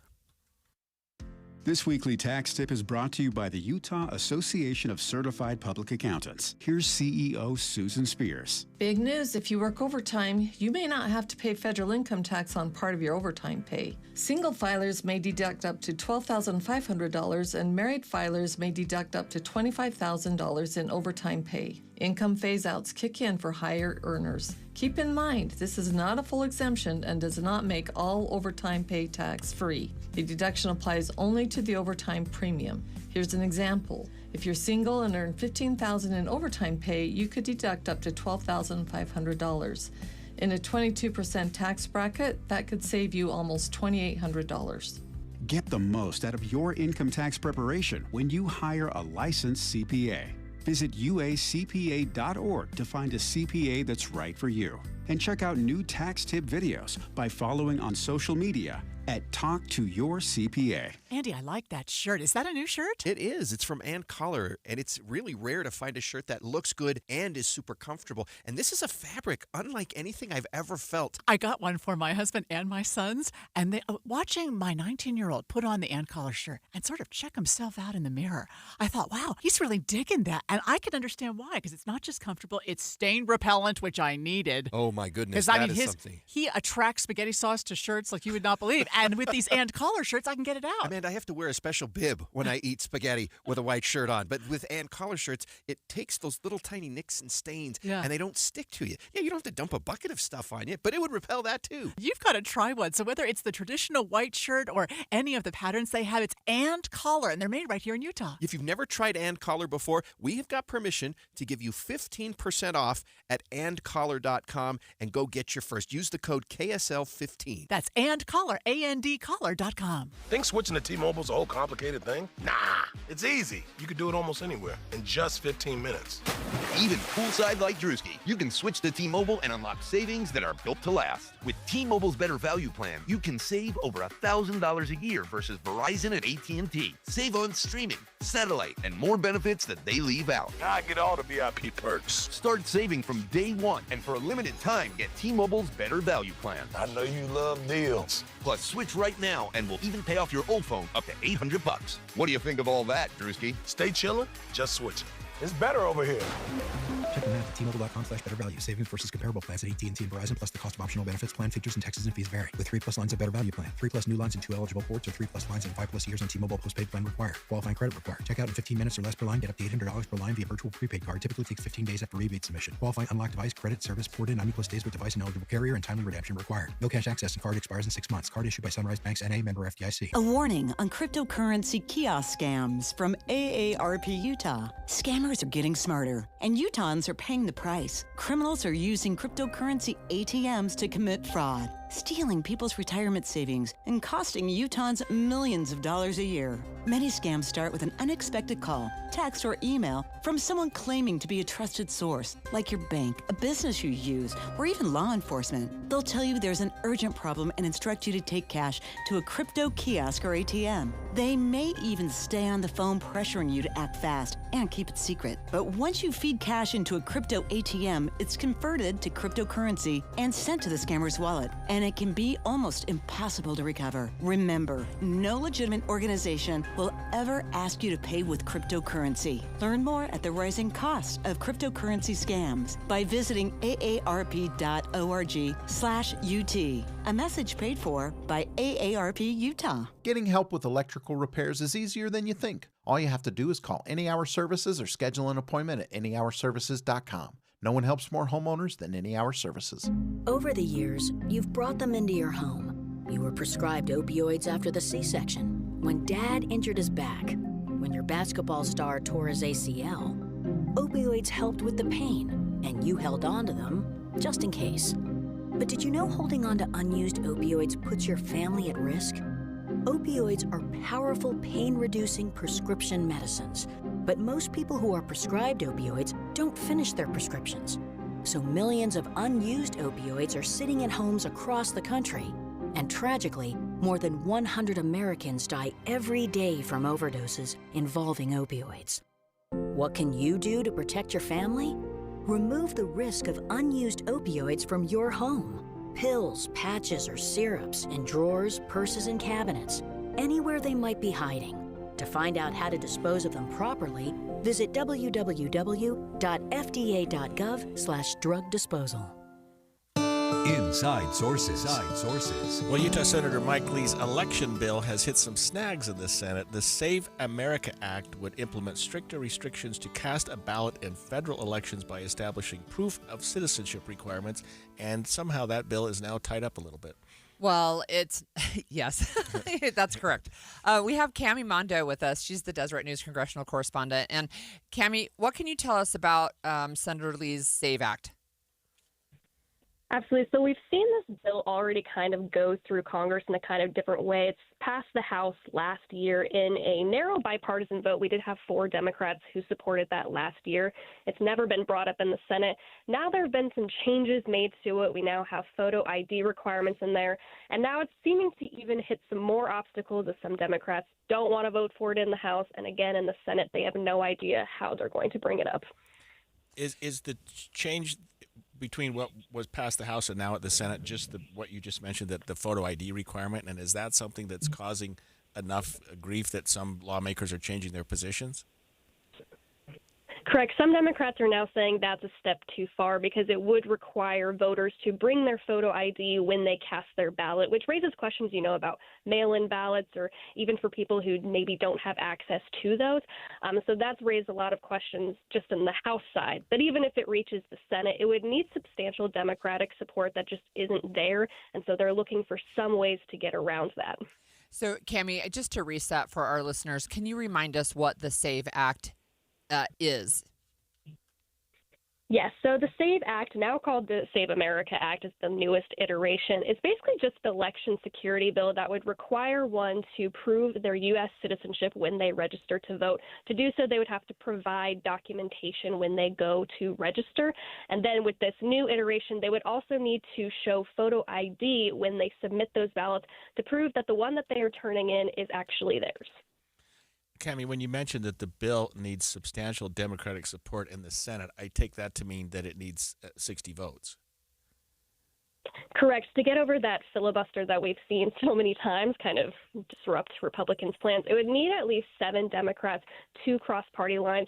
8 in this situation because Senator Lisa Murkowski, a Republican from Alaska, said she would not support this bill. And so it kind of is reaching a point where Mike Lee, our senator from Utah, is trying to change or alter filibuster rules to kind of get around that 60 vote threshold. But that's something that senators are very wary to do. They don't want to try and change rules that have been in place for decades. Cami, could you talk to us about why some people are saying this is either the equivalent of a poll tax or it's voter suppression? A lot of people, especially Democrats, are saying that this is a voter suppression or poll tax because it requires so much work from voters to just cast their ballot, especially because it would require that documentation that I talked about before that millions of Americans don't have readily available, whether it's a passport or even your birth certificate, or for married women, they would have to prove why their last name no longer matches their birth certificate. So it would cause a lot of just a lot of work for voters to have to cast their ballots. But then again, there are those questions about mail-in ballots. If you have to prove photo ID, it would mean you'd have to actually go to a polling place. You'd have to go to a place to prove that that's your ballot. So it raises questions about that as well. Cami, was this bill, and we're speaking with Cami Mondo, Deseret News congressional correspondent, started or at least suggested by the administration? Is this something that Trump has argued that we should do?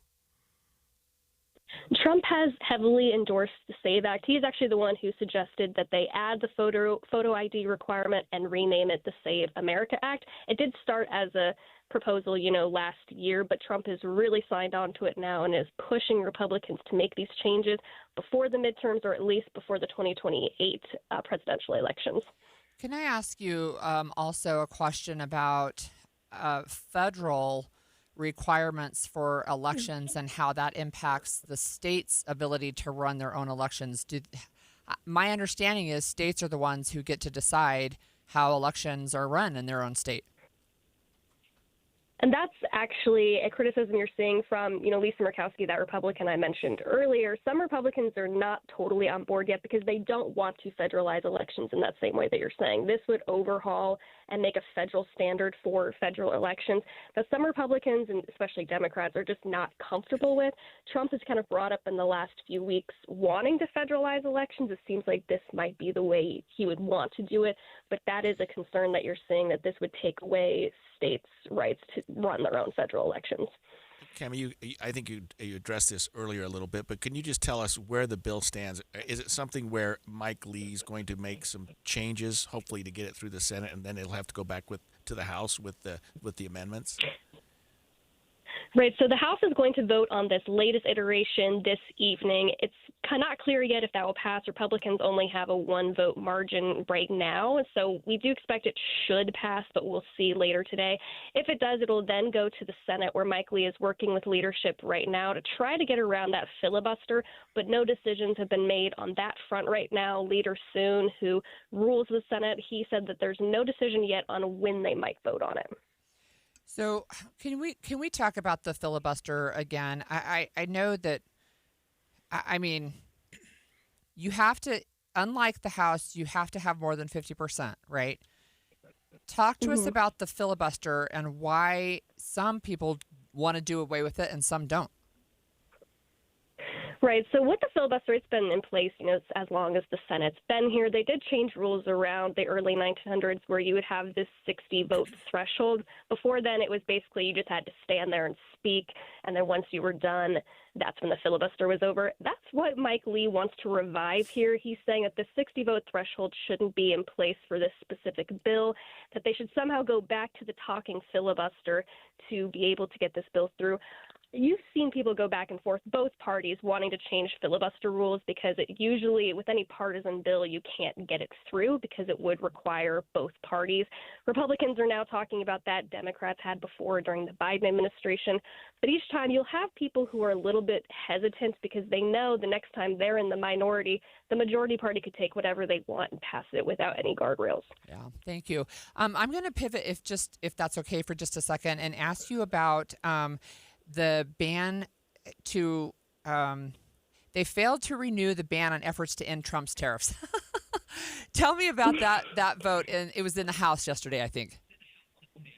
Yes, a little bit wordy, but essentially last year, House Republican leaders imposed this ban on any legislation that would overturn Trump's tariffs. They've had this. Last April was the first time they passed it. They renewed it in September. They tried to renew it again last night, but this time 3 Republicans joined all Democrats to not extend it, meaning as early as today, we are expecting something this week. Democrats can now bring up resolutions to end Trump's tariffs in China, in Mexico, and Canada, and we are expecting those resolutions to be voted on. Before that, they were not even allowed to be considered. And that seems to be something, Cami, that Congress is having more and more of an interest in wanting to maybe be involved with. Is that what you're surmising here? Yes, and there has been bipartisan support for this. We've seen a few of these actually pass in the Senate. They've just never been able to come to the House because of that ban. But now, if these do pass the House, they're likely to pass the Senate. Of course, by then, Trump could just veto them. He could just say no. But that would put a lot of political pressure on Republicans, so it kind of puts them in a bind there, which I think is what Democrats really want. So who were the 3 Republicans who voted against this?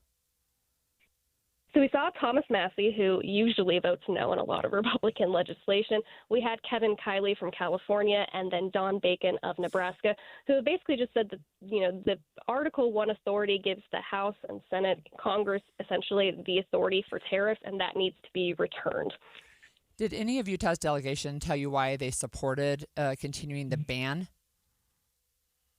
They haven't released any public information. I haven't been able to catch up with them yet, but I assume it's because, they want to let Trump do what his economic policy is. They want to be able to give him the authority to do that. I have talked to Blake Moore, separately on different issues where he doesn't always agree with tariff policy, but making sure that Trump can do what he needs, I think, is essentially where they're at. Thanks, Cami. That was Cami Amando, Deseret News congressional correspondent. And I think, Holly, I may be wrong, that issue is also before the United States Supreme Court. Yeah, Presidential for sure it is. authority on tariffs. And so it may be mooted out between one of these two bodies, either Congress or the court, or maybe they'll stay in place. It is. Did I read this right? It's Marriage Week. It is. So, it's also Valentine's Day week. There it is. They're probably connected. We have no coincidence there. There's a question we want to ask when we come back. Do you find it hard to stay connected with your spouse when life is just so busy? We'll talk with an expert on practical tips on how to stay connected after this. 10:30 at KSL News Radio. I'm Andy Farnsworth. KSL's top story this hour: the chair of the Republican Party in Wasatch County has been booked into jail on suspicion of aggravated child abuse. KSL News Radio's Adam Small has details. Heber City Police are accusing Wasatch County GOP Chair David Johnson of physically abusing multiple kids he's related to, namely by holding their heads underwater for 20 to 30 seconds at a time as a form of punishment. Police also say at least one of the victims had been backhanded so hard there was visible bruising. The Wasatch County GOP vice chair tells KSL she only ever observed a healthy relationship between Johnson and his relatives, and she hopes people don't jump to conclusions as Johnson is innocent until proven guilty. Our top national story this hour from ABC News. Investigators in Arizona are back to square one after a person of interest was detained and then let go in the disappearance of Savannah Guthrie's mother, Nancy Guthrie. Former FBI profiler Brad Garrett has been looking over the video and images of a person in a mask taken by a doorbell camera at Guthrie's home. The primary thing with sort of assessing what he did is it's not professional. He doesn't strike me that he knows what he's doing, and he has a gun. Garrett believes the person in the video acted alone. Your money at this moment: the Dow is now up 1 point. It's basically flat to where it started the day, 50,189. Coming up, rain today and tomorrow. Traffic and weather together is coming up next. KSL News Time, 10:31.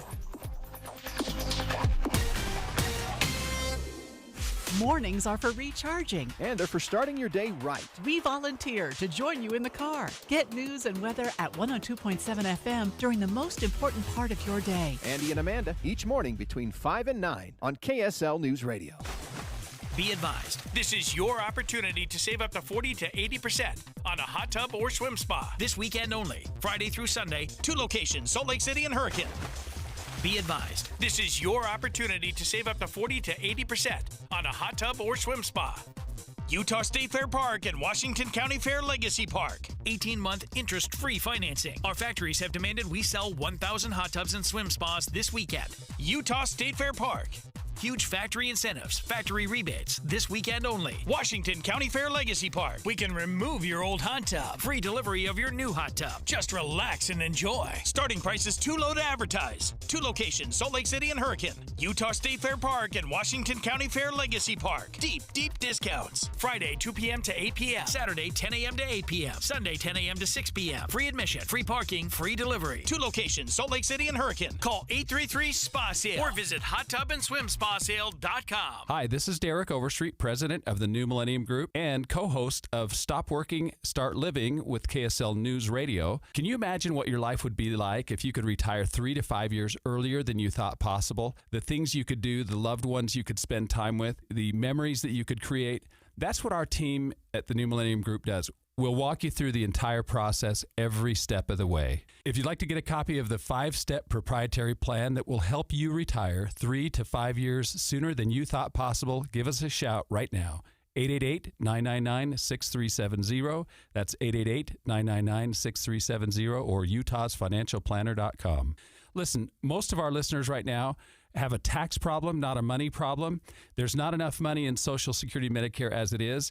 Let us show you how you can significantly reduce your taxes. That's 888-999-6370, 888-999-6370 or utahsfinancialplanner.com. This message comes from Viking, committed to exploring the world in comfort. Journey through the heart of Europe on an elegant Viking longship with thoughtful service, destination-focused dining, and cultural enrichment on board and on shore. With small ships that bring travelers closer to the destination, there's more time to explore. And every Viking voyage is all-inclusive, with no children and no casinos. Discover more at Viking.com. Welcome back to Winter Hack Radio, the place for clever hacks to survive the season. Icy driveway? Well, try spreading sand or birdseed to help with traction. Snowy puppy paws? Well, grab a whisk, brush it off, done. Catch COVID-19? Well, just get... Actually, there's no hack for COVID-19. But if you test positive, prescription medications for COVID exist. Ask your doctor if they're right for you. Visit PfizerForAll.com to learn more. Sponsored by Pfizer.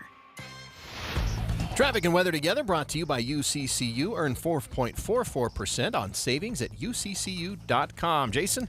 Andy, they're clearing out this accident southbound I-15 right at the Timpanogos Highway off-ramp there in Lehigh. Now, they've gotten the vehicle that was sideways. That's been moved. It's all off the side of the road. So now we just have emergency vehicles left over, and they're trying to pick up the cones that they have out on the highway. So once those are gone, then all lanes will reopen. It should happen here in the next couple of minutes, and then hopefully the delays will go with it shortly thereafter, as it's just not heavy volume, but, of course, you slow down because half the lanes were blocked. Otherwise, though, the rest of your commute is looking pretty decent. We do, of course, see a heavy emergency vehicle presence around this apartment fire that we had. The vehicle, the emergency vehicles are on North Temple at State Street. You can't turn left off of North Temple to go onto State Street, and likewise, you can't turn right off of North Temple to go onto State Street. So, in other words, you just can't go on State Street northbound from North Temple is what I'm saying.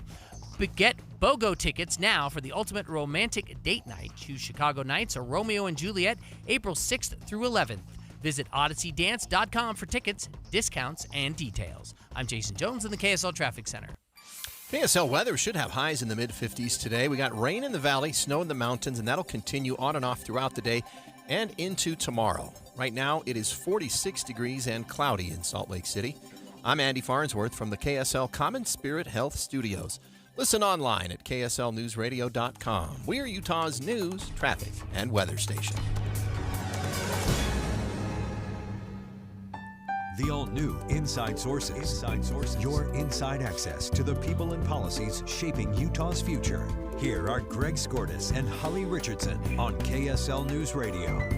This Saturday happens to be Valentine's Day, and this week is National Marriage Week. We want to ask, and we want to hear from you, what's the one thing that helps you stay connected with your spouse when life is so busy? Because we're all very busy right now, and a lot of us can't control our own lives, let alone our relationships. What do we do to keep that going? Well, luckily, we have somebody to help us with that.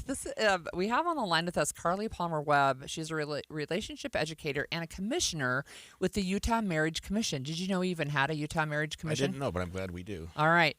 Thanks for joining us, Carly. Happy to be here.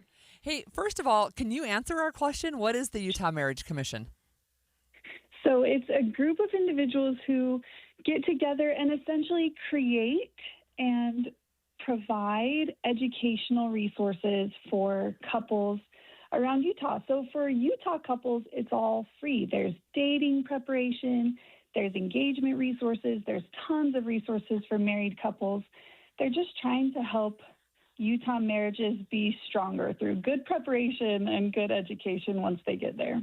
And what equates to good connection during times when we're all busy and we don't maybe stay as connected with our spouses as we could? I think the only way to describe good connection is connection that both partners are happy with. You know, we want to feel some of that spark that we felt at the beginning of the relationship, but obviously things are going to change. There's kids and jobs and all of the things that keep us busy, but it absolutely is possible to still have a connection that both you and your partner are happy with. So that's the goal. So what are some of the tips that you have for us and for our listeners?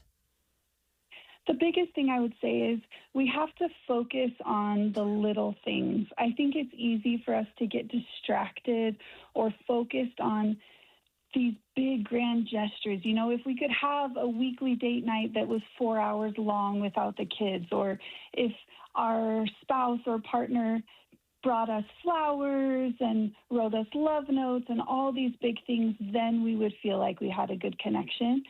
But in reality, it's a lot of little things that make a big difference. And especially when we're busy, those little things are sometimes all that we have to offer. So it's the 5 minutes that we spend chatting with each other at the end of the day.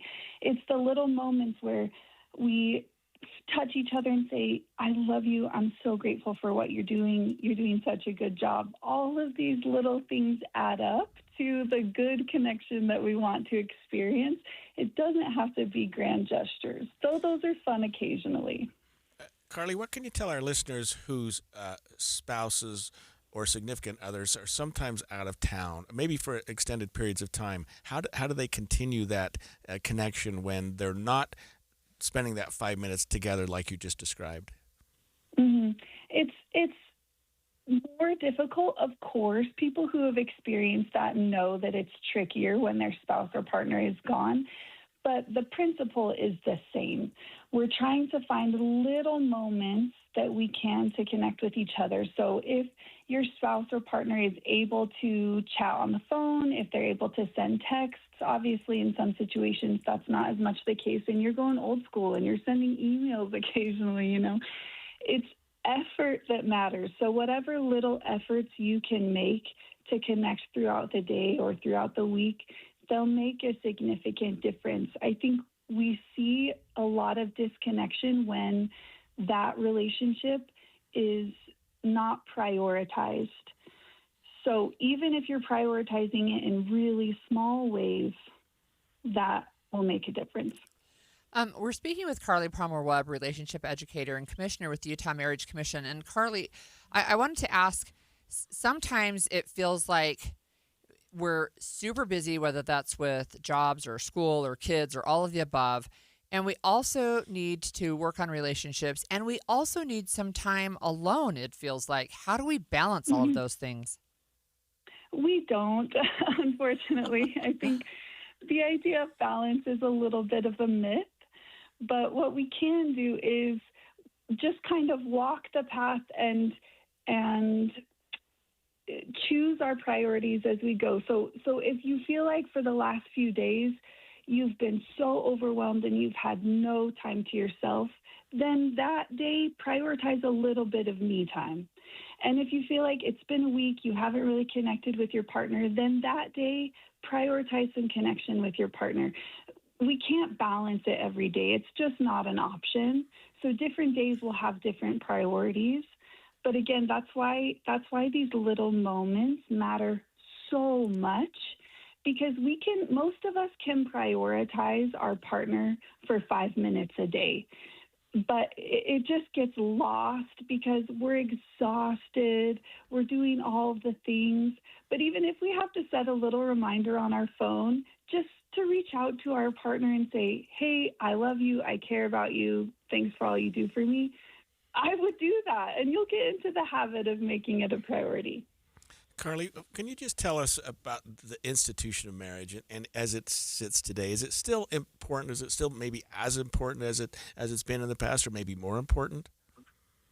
I think there are obviously differing opinions on this, but the data show us that those who are in strong marriages are more likely to thrive in so many areas. They're more likely to get out of poverty or stay out of poverty. They're more likely to experience overall happiness. The benefits of marriage absolutely still exist, but of course, those are only the case if the marriage is a healthy one. So is marriage still important? Yes, but the goal is a healthy, happy marriage will help people thrive, and kids in that environment, it will help them to thrive as well.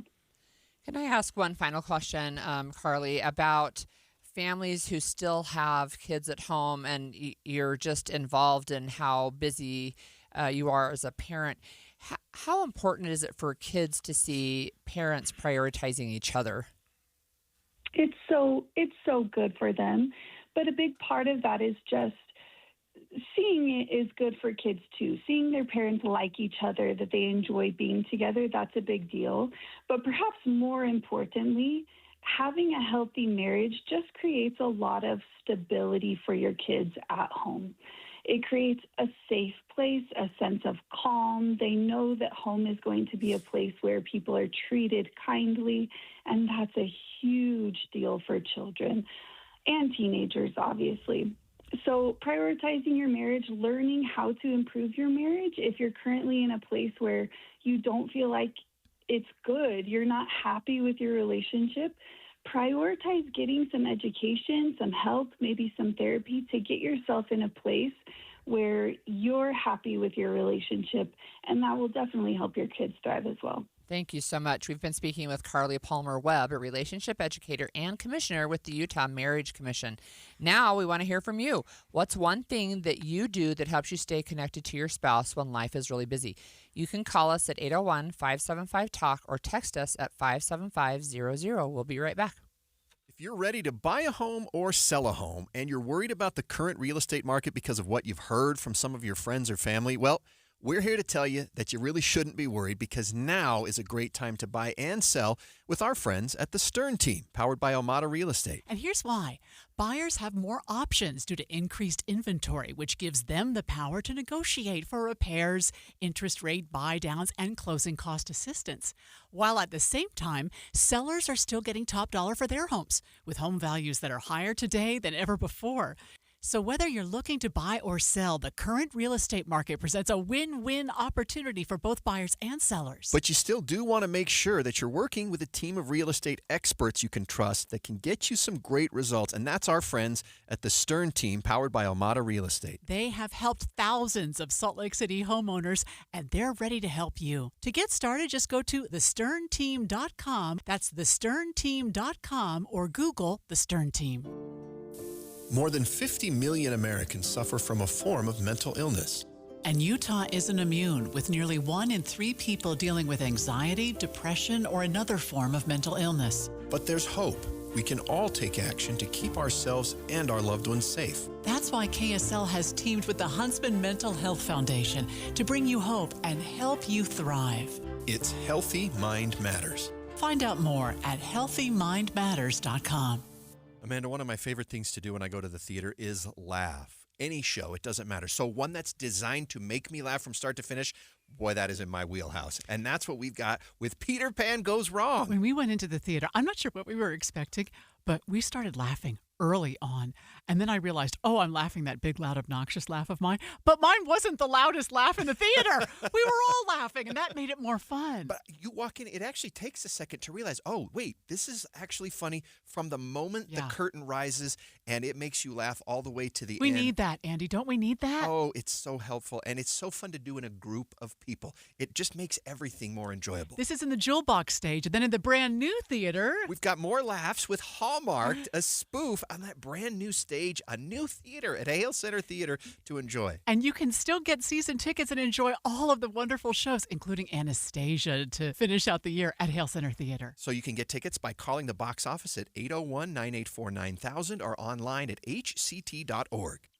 This week's movie show brought to you by Sound Sleep. Get a free sleep screening and a free sleep consultation by tuning in on Friday morning. Sound Sleep, with 7 locations in Utah.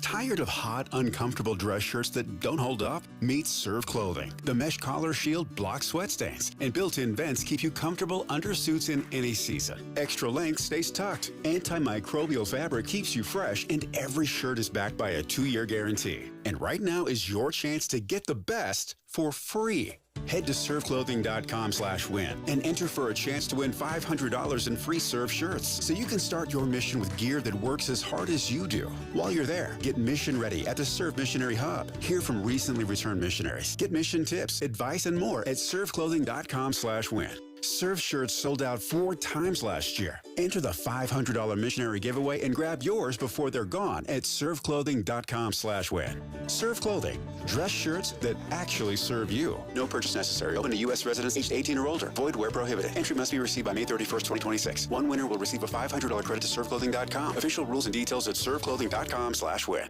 Most of us like to be out in the sun. That's why sunscreen and other safety measures are key to protecting your skin from aging and cancer. The FDA recommends using a sunscreen with a sun protection factor, or SPF, of 15 or higher. Also, look for broad spectrum on the label. That means both harmful ultraviolet A and B rays are blocked. UVA rays age the skin, UVB rays burn, and both cause cancer. But the perfect sunscreen doesn't count if you use it wrong. Don't need sunscreen on a cloudy day? Wrong. 80% of UV rays still get through the haze. Only use sunscreen at the beach? Nope. Anytime you're outside, UV rays attack the skin, so you need protection. And you have to reapply sunscreen every 2 hours. Remember, SPF plus broad spectrum equal healthy fun in the sun. Visit www.fda.gov/sunscreen for more information. A message from the U.S. Food and Drug Administration. The average text takes your eyes off the road for about 5 seconds. At highway speeds, that's enough time to travel the length of a football field. Stop texts, stopwrecks.org. Brought to you by the National Highway Traffic Safety Administration and the Ad Council. The new Inside Sources. On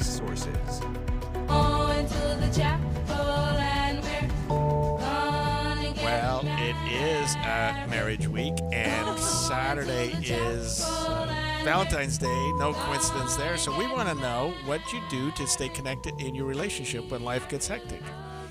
So I have to tell you about that song, that little clip. Every time one of my kids gets married, I sing that song, right? Oh, serious? Yeah, right? Whether they're getting married in a chapel or not, it's like I have to hum that song. And this is an oldie, man. Yeah, it's an old one. You know, so I'm going to put you on the spot just a little bit. We've worked together now for over 8 months. I know. I've seen you with your husband several times. I've seen you talk to him on the phone. I see you communicate with him. We've actually gone out a couple times together. You have 25 kids together. You've been together for a long time. You have what I would consider to be an incredible marriage, maybe one of the best marriages of any couple I know. And I have no idea how you've done it and how you've done it for so long, because you're a very busy person. I am a very busy person, and thank you. I appreciate that. I'm sure my husband does too. In April, it'll be 40 years for us.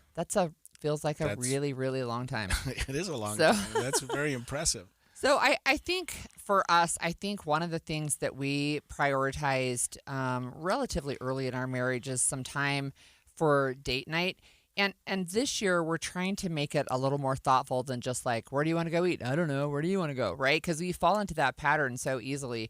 But I think when we were talking with Carly in the last segment, the little things, right? So I try to make an effort to let my husband Greg know. It's funny that I have home Greg and work Greg, but to let him know that I appreciate what he does for the family. He supported the family financially exclusively for many years. I really only started a career just over 5 years ago, so it hasn't even been that long. But I think those are some of the things that matter, is just being really consistent. But I will tell you, sometimes we are so busy, it's just like I'm just so tired. And we all know people, we all know couples who are together, have been together for some time, and you just think they don't like each other. Yeah. It's uncomfortable to be around that. I have some family members that every time you're with them, it's like, oh, they stay married, which is good. I completely understand that. There's a lot of reasons to do that, but there's something missing. You feel like the two of them are just a little bit at edge with each other all the time. I would say, every once in a while, I think people might make an assumption that either we never fight or we just, we just decided we're stuck together. And we do have disagreements, and there's some things that you just have to overlook. Like, there are some things that my husband does with the laundry that really just annoy me. But it's not worth the relationship. right? To just say, stop doing that with your socks. Right. Right. So that's one thing. We do have a couple of comments from Facebook, and this one I wanted to share about cooking dinner. And so this commenter says, whether it's preparing his carrots the way he loves or buying his favorite drink to serve with dinner or making his favorite dessert, he sees my effort in the meals I prepare for him. And eating as a family is a non-negotiable, regardless of how hard our days may get or how stressed we may be. Yeah, I think dinner is one that or cooking together, but sitting down is one that hits home very close to me because we're empty nesters. We don't have that. When you have kids and you're in a marriage and you're raising the kids, that you have that together. You're working that together. Yeah. It gives you tremendous incentive to stay together and work the family. But when the kids leave, there you are. You're kind of looking at each other going, okay, what now? Well, I see that, right? Right. And at first I thought it'll be so nice when the kids are gone. We'll have all this time. We'll do all this stuff. And it has been. It's been incredible. But it's also a little more work. You have to be a little more involved with the marriage. And what you just read, eating dinner together every night, cooking together. My wife is an amazing cook. I am a lousy cook, but sometimes she works late, so I'll prepare something. When she walks in the door and the table is set, you can just see the pressure kind of going off of her. Yeah, I've at least started something. You know what's interesting too? It's talking about cooking together. My husband and I have taken a couple of cooking classes together. That's fun. He's actually a really good cook. And that was one of the things that first attracted me to him when we were dating, is that he knew how to cook. It turns out he only knew one meal, but it was a good one. We do have a texter, and this is John, and he says, we've been married 18 years. We've established many dates, which usually means going to get a drink at the gas station and run errands and grab lunch. I think that's a good thing, too. Yeah, 18 years is my duration, too, so I've appreciated that. And I'll say this from my own perspective. There are things that I do that Rebecca does not do. I mean, I ski on the weekend. She doesn't like skiing. Yeah. I ride bikes on the weekend. She does not like that. That's something that I think has been healthy for us, that there's times when we just both do our own thing.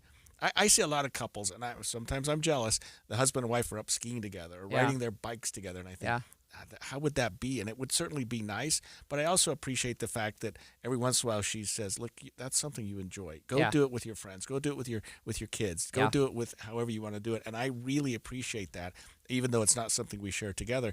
The fact that she shares that, and she knows my passion, and she's willing to say, go do that. You need to go ski with your kids this weekend. Yeah, I agree with that too, and we've done that in our marriage as well. Although I will say I'm the one who goes off to do things more often than my husband does. I'm an extrovert.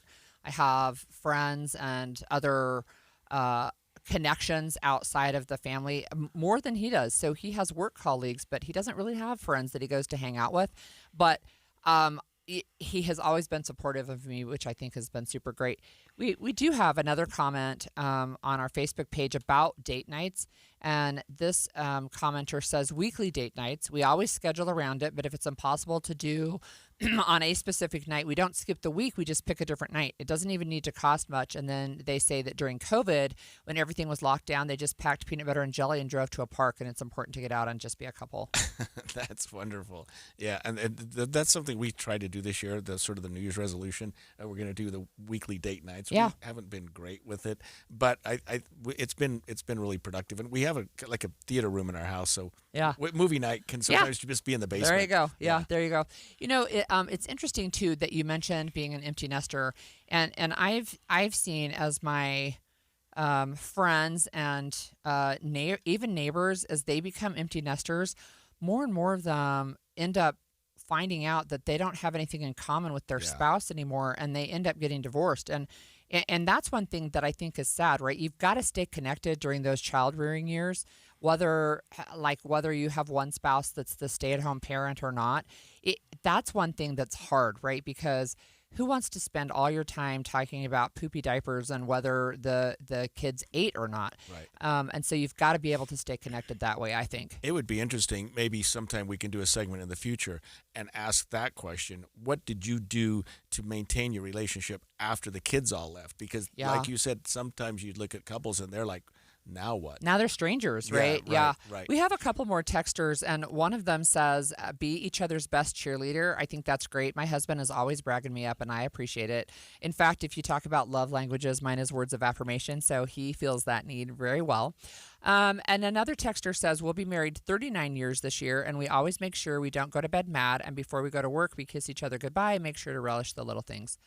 The only thing for me on the don't go to bed mad, I sometimes do go to bed mad because when I'm tired, I have less of a filter, and sometimes I just need to calm down. Right. And then I'm a lot more rational. Well, and in terms of having a kiss goodbye in the morning, that's great until you work at KSL and you have to get her in the morning, in the morning. early up. And if I give my wife a kiss at 4:30 in the morning, she'd say, "What are you doing? I don't want to wake her up."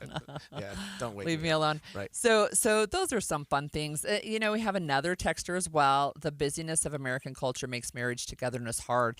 And this person says, I think it's a plot, man. And they said, February 14th is National Singleness Awareness Day because is there any other day of the year where you're aware of your relationship status more than on Valentine's Day? So you and I both seem to be of the opinion that the institution of marriage is still important, and it was it was something that we had decided early on that we needed to be married if we were going to be together.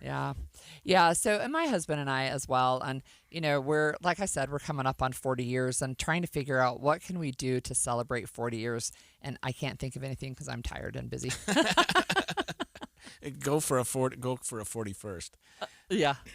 Well, on a sad note, we're going to pivot to Canada because there was a mass shooting in Canada. We don't often hear about something like that. This one left 10 people dead and at least 25 injured, and there are a couple of really unique angles to this story. We will talk about those when we come back after the break.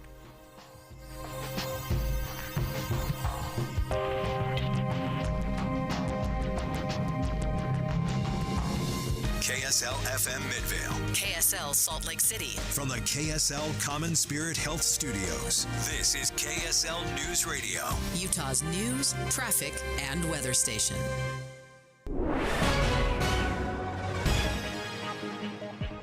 Radio, I'm Adam Small with a look at our top stories this hour. 2 women from Wyoming are now safe after they say a man they knew in Evanston offered to give them a ride to a friend's house but drove them to Utah instead and wouldn't let them leave. KSL News Radio's Randall Jepson has more. A sheriff's deputy says he was at a gas station in Morgan City when a woman approached him saying she and another woman needed help. She described being in a pickup truck with a guy named Clint Peterson, who she says drove them there. She says he was acting erratically and wouldn't let them go home. Other deputies soon arrived. They found the pickup with the second woman inside, and it took 40 minutes to convince Peterson to get out. Investigators wrote in court documents that once Peterson surrendered, they found what appeared to be meth along with other paraphernalia. He's now facing kidnapping charges. Our top national story this hour from ABC News. The FAA has lifted a temporary flight restriction above El Paso, Texas. Trump administration officials say the closure was sparked by the incursion of drones operated by cartels into U.S. airspace. Experts say such incursions along the border in El Paso are actually quite common.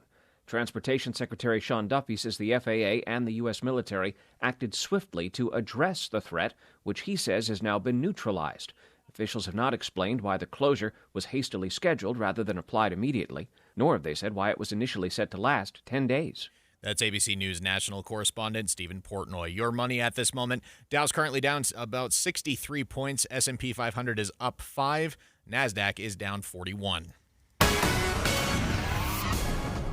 Coming up, finally getting some valley rain and mountain snow. KSL weather is next. KSL News Time, 11:01. Reminder about the simplest way to get updated for your day. Hit your KSL preset when you jump in the car, and we'll take care of the rest. Hear key news updates and traffic reports. Andy and Amanda from 5 to 9 in your car. KSL News Radio at 102.7 FM. The Management Minute is a service of the MBA program at Utah State University. I'm Professor Scott Hammond. I was asked to coach a senior leader who was described by his colleagues as being aloof and difficult. As I observed, I noted that he rarely listened. Without fully understanding, he would then offer thick, layered advice. This is what I did.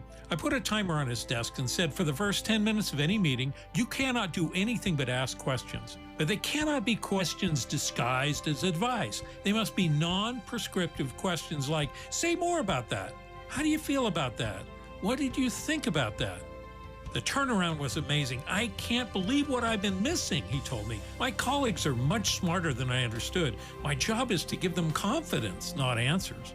Learn more about non-prescriptive questions with an MBA from Utah State. Go to utahstatemba.com. That's utahstatemba.com. I'm Scott Hammond. Hope to see you in one of our classes. A family office is a team built to handle the three biggest financial responsibilities a family faces: wealth management, tax strategy, and estate planning. Most firms only manage your investments and refer the rest out, hoping everyone stays aligned. At Trajan, we built something different. Your wealth, tax planning, and estate planning are handled together inside one firm under one roof. There's no guessing whether your CPA, advisor, and estate attorney are truly in sync, because our team works together every day on your behalf. When your financial life becomes more complex, your advice should become more coordinated, not more fragmented. One plan, one trusted team. Call Trajan today, 801-207-9900. That's 801-207-9900. Trajan Wealth, an SEC-registered investment advisor. Additional services through Trajan Estate and Trajan Tax. Additional disclosures and accreditation at TrajanWealth.com. Wesley Financial Group is not a law firm. Ask yourself this question. Is it really worth holding on to that timeshare that you know you need to get rid of? Here's the truth. The average maintenance fee just went up over 17%. That could have been 117%, and there's nothing you can do about it. When you buy a timeshare, you give them a blank check for annual maintenance and assessment fees. I'm Chuck McDowell, founder of Wesley Financial Group. For 15 years, I've helped over 50,000 families cancel their timeshare. Not sell it, not transfer it, cancel it. Did you buy a timeshare because they told you it was a great investment and your maintenance fees would never go up? That's a lie. Are you ready to get rid of your timeshare once and for all? Simply call us and I'll send you our timeshare exit kit that explains all your options for cancellation. Call Wesley now for your timeshare exit kit. 800-979-3535. That's 800-979-3535. 800-979-3535. Traffic and weather together is brought to you by UCCU. Love where you bank. Here's Tito Nani in the KSL Traffic Center. We had an accident on southbound I-15 in Lehigh just before the Main Street exit. It was blocking off the right lane and shoulder. It's currently in the cleanup stages, but it looks to be causing some patchy congestion back towards 2100 North. Save hundreds to thousands on all new Bernina machines at Dave's Bernina in Provo and St. George. 48 months, no interest. Great deals on demo and used machines with warranties. Tito Nani in the KSL Traffic Center. KSL weather look for a high of 54 degrees today with rain in the valley, snow in the mountains. We're expecting to see that rain pick up a little bit more this afternoon along the Wasatch Front. Look for more valley rain and mountain snow tomorrow with a high of 50 degrees, dipping it down a little bit lower to 48, drying out a bit on Friday. Right now it's 48 degrees, cloudy skies in downtown Salt Lake City. I'm Adam Small from the KSL Common Spirit Health Studios. Listen online at KSLNewsRadio.com. We're Utah's news, traffic, and weather station. The all-new Inside Sources. Inside Sources. Your inside access to the people and policies shaping Utah's future. Here are Greg Skordas and Holly Richardson on KSL News Radio. We are learning today about a shooting which occurred yesterday in Canada. This happened in British Columbia, just north and east of Vancouver, I believe. Canadian police are saying 8 people, including the suspect, are dead after a shooting at a small school in British Columbia, with 2 more found dead at a home believed to be connected with it. So 10 dead total so far. But here's more on what happened from the Associated Press. This is a devastating day for a close-knit community, and the loss being felt is profound. 8 people, including a suspect, are dead after a shooting at a small school in British Columbia. Canadian police said 2 more people were found dead at a nearby home. It's believed this is connected to the incident. The Royal Canadian Mounted Police said more than 25 people were injured after the shooting at the secondary school in Tumbler Ridge in the Canadian Rockies, a town more than 1,000 kilometres north of Vancouver, near the border with Alberta. According to the Premier of British Columbia, the suspected shooter is believed to have died from a self-inflicted gunshot wound. School shootings in Canada are rare. The event has been described as one of the worst mass shootings in the province's and the country's history. It makes us think about our kids' safety when they're going to school. We take it for granted. You go to school, you come home safe. Events like this give us pause about that safety that many Canadians have the privilege to enjoy across this country. And mass shootings in Canada are incredibly rare. I think in part because they have stricter gun laws than we do here, but the gun ownership is certainly available. I mean, it's not that they have no gun ownership, but it just seems like we don't hear about mass shootings in Canada. Well, they do have much stricter gun laws, and it's they think that this one is probably the deadliest school shooting since 14 women were killed in Montreal on December 6, 1989. But so that's one thing that's unique, right, is a school shooting in Canada. They do have, as I mentioned, stricter gun laws there. But one of the things, too, is that this area is really remote and it's quite small. So the town only has about 2,700 people total. The school itself, it's a secondary school from grades 7 through 12. There's 175 kids there. So you have 25 injuries, 8 deaths at the school. That's a lot. And the Associated Press article talks about how the mayor of Tumbler Ridge said he just broke down, saying he called the community a big family. He's lived there for 18 years and probably know every one of those victims. Right. And here's Public Safety Minister Nina Krieger, who spoke more about how this impacted that particular community, like you just mentioned. There are truly no words that can adequately describe the pain being carried tonight by parents, families, and loved ones of the victims. British Columbians and people across the country are standing with the Tumbler Ridge community. The people of Tumbler Ridge remain in a state of crisis following one of the worst mass shootings in our province's and country's history. And, you know, I think one of the things that also makes it really unique is that news reports are saying that the shooter was female. They haven't released her name, but that she was in a dress and that she has been identified as a female. They also, even in this remote community, they had emergency responders there within 2 minutes, which is really fast. Yeah, because we're talking about a Tumbler Ridge. It's apparently in the Canadian Rockies, 600 miles, 1,000 kilometers northeast of Vancouver, near the border of Alberta. It's a small community.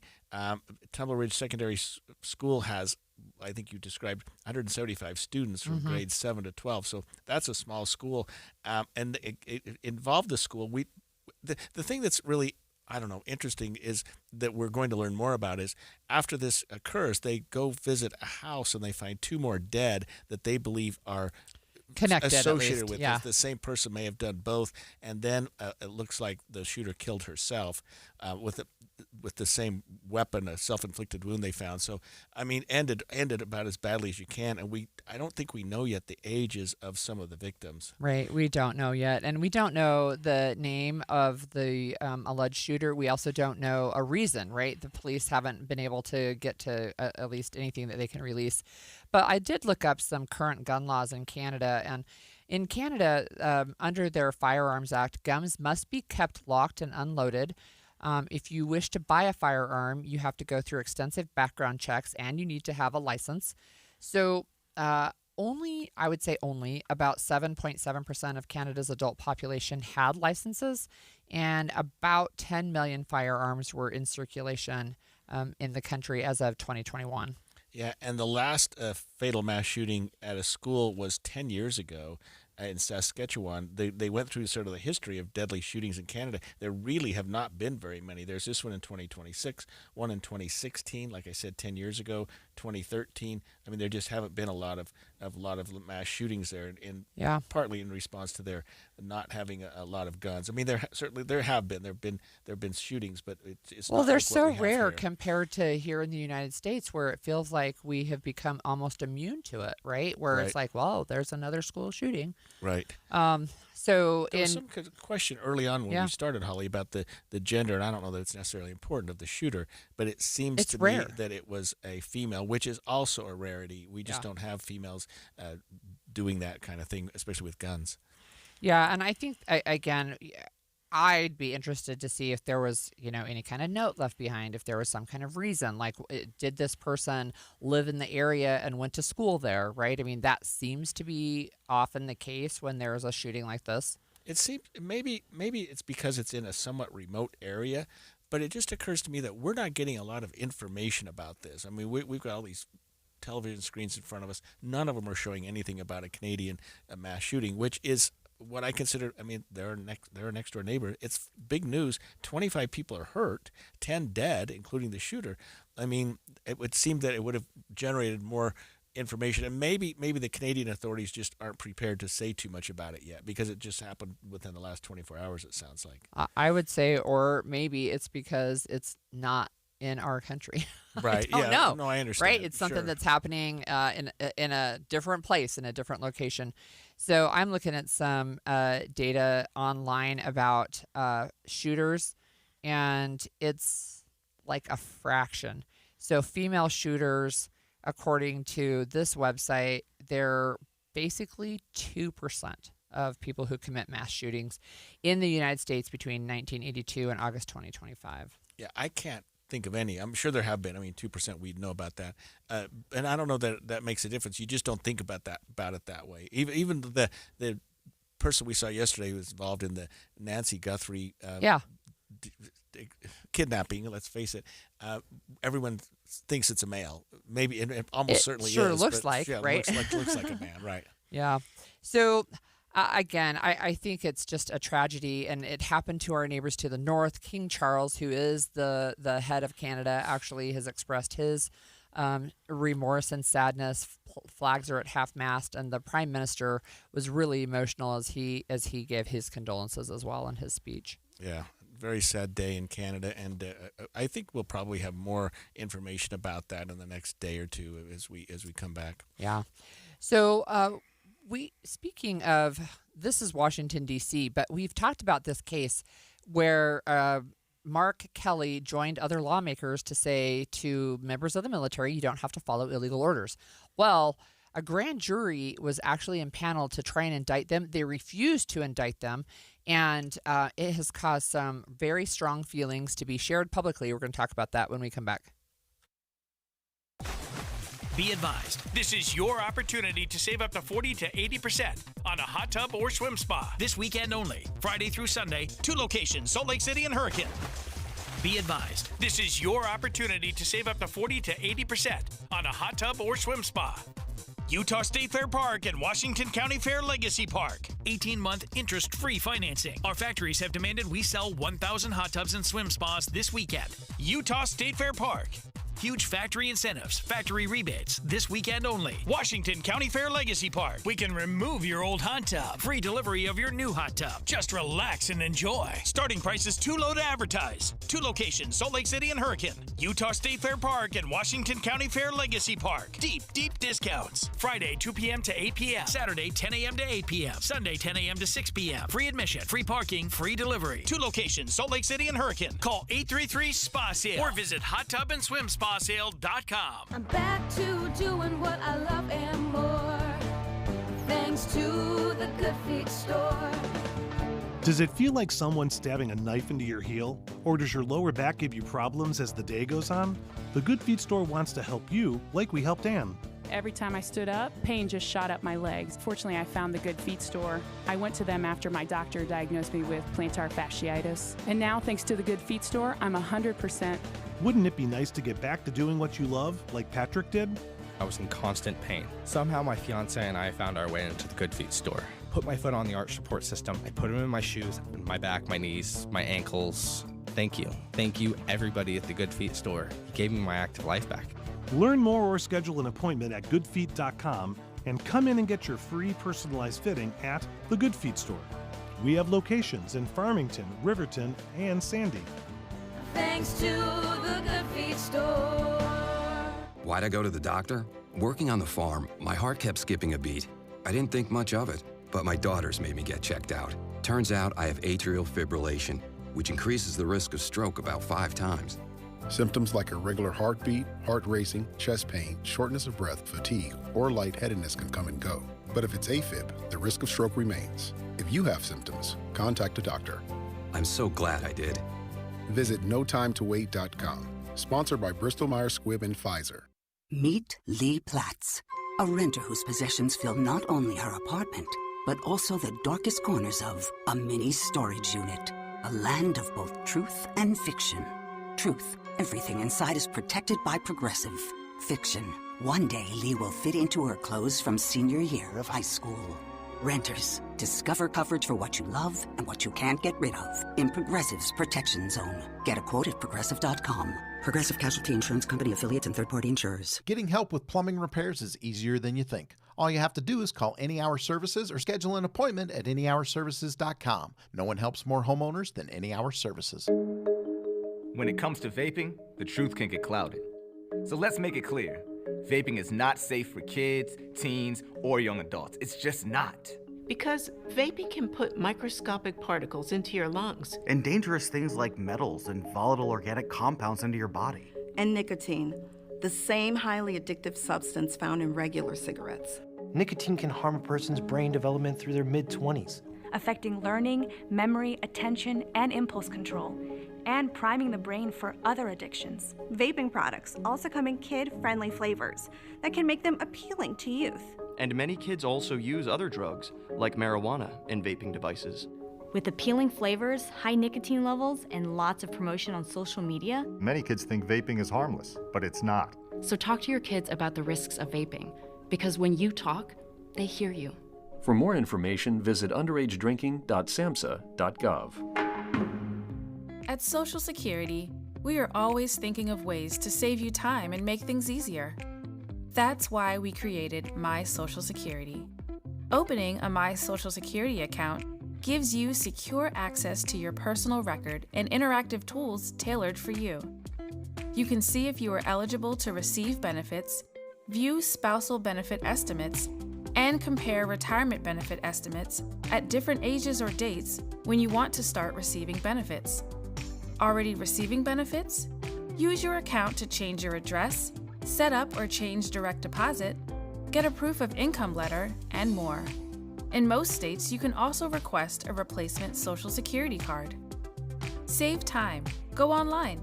Open a My Social Security account at ssa.gov/myaccount. Social Security, securing today and tomorrow. Produced at U.S. taxpayer expense. Inside Sources. I don't know if you ever heard the phrase, Holly, you can indict a ham sandwich. Well, the reason that is that you hear that is because it's very, very easy to get an indictment. And I'll explain why in just a minute. But we're talking about that today because a federal grand jury in Washington has rejected efforts by prosecutors to bring charges against 6 Democratic members of Congress for appearing in a video last year urging members of the armed services to refuse illegal orders. Do you remember that posting? Yeah. So that video, they were 2 senators and 4 members of the House of Representatives that all had some connection to the military, the CIA, right? And they were reminding active duty military that they did not have to follow illegal orders. In fact, that's part of what the military criminal code or something like that, right? And so it was one of the things that actually made people in the administration really mad. And so the Department of Justice was seeking indictments. They were trying to bring criminal charges against these 6 members of Congress, all duly elected, by the way, and sitting in Congress. And like you said, I had heard that too. I hadn't heard indict a ham sandwich, but I heard potato, right? Yeah. You can indict a potato. Right. So it really is quite interesting that this grand jury refused to indict. And, of course, Democrats have reacted to that. And here's ABC News national correspondent Stephen Portnoy on what their reaction has been. Democrats reacted with outrage to the news. House Minority Leader Hakeem Jeffries said the grand jury upheld and honored the Constitution, which he said the president and his, quote, corrupt Republican sycophants lack the character to do. Historically speaking, it's very rare for grand jurors to reject an indictment offered on the recommendation of federal prosecutors, but it has been happening with increasing frequency as the Trump Justice Department has tried to pursue politically charged cases. I think that's interesting that he said they reacted with outrage. There certainly was strong reaction. Right. So if you remember, Mark Kelly, who is a senator, but he also was an astronaut, also active duty, now retired, he was pretty outspoken, right? Both during the process and then after this grand jury refused to indict. And he just said, look, this is about the administration's repeated attempts to target him and his colleagues. He said, quote, "This is an outrageous abuse of power by Donald Trump and his lackeys. Donald Trump wants every American to be too scared to speak out against him. The most patriotic thing any of us can do is not back down." And he had a secondary problem, and that is that the Department of Defense, I think, had made efforts or at least talked about going after his military pension. They want to demote him right. and strip him of his pension. Right. Yeah. So, I mean, that's another issue because that's more administrative than criminal. But let me talk to you about the whole ham sandwich thing and why that phrase came into being. Yeah. Because there are two ways you can get a case bound over or set for trial. And what we do in Utah, our state courts, is we have a preliminary hearing. You put on evidence, you have a judge listen to it, and the judge says, you know, I think there's enough evidence to go to trial. It's right. a low threshold, but the defense is there. You can cross-examine witnesses, and you put them on the stand. It looks like a trial if you watched a preliminary hearing. A grand jury proceeding is what we do in federal courts here, and some states use grand juries. Utah has, but it's very, very rare. Is behind closed doors. There's usually not a judge present. Mm-hmm. The prosecutor has a group of grand jurors, and it's usually about 18, 20, 25. It depends on what you're doing. And you present evidence to them. There's no defense attorney there to object. There's no judge there to say, hey, wait a minute, that's not admissible, typically. And they present the evidence to the grand jury, and they say, okay, here's the evidence that we have. And they don't even have to present what's called exculpatory evidence. They don't have to say, oh, and by the way, you should know that there are witnesses who will say the opposite. You don't have to, you can present whatever part of the case you want. You present that to the grand jury, and then they decide as a group whether or not to bring charges, whether to not to. It's called the issue a bill, which basically issue an indictment. Okay. Let's charge the individual with a crime. So given that there's no opposition to it, you're relying on the integrity of the grand jurors and say, do you folks think that we've got enough to bring a charge here? And in this case, they said, nah, we don't think you have it. That's why I say you really can indict a ham sandwich, it seems. Maybe not. So one of the things that, I'll ask you this with your legal experience. Now that the grand jury refused to indict, can they take another bite of the apple, so to speak, and try to impanel a different jury?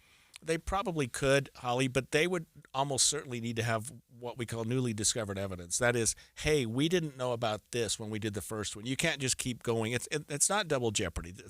It's not that King's X, you can't do it again.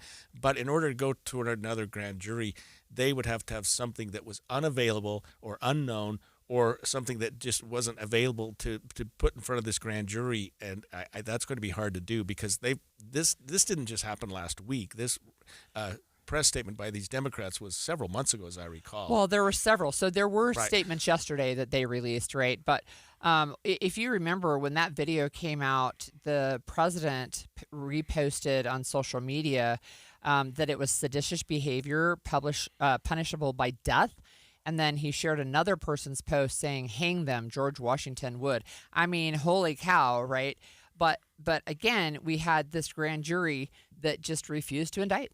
So when you think about what we call the burden of proof, you put something before a grand jury, it's a very low threshold. Do you think there's probable cause? Do you think there's anything here? If a grand jury is not willing to indict, you're not going to get past a jury. Yeah. A jury of 12 who have to decide the evidence based on we have no reasonable doubt that a crime occurred, where the grand jury is like, well, do you think maybe something occurred? You know what I mean? It really is a significant difference.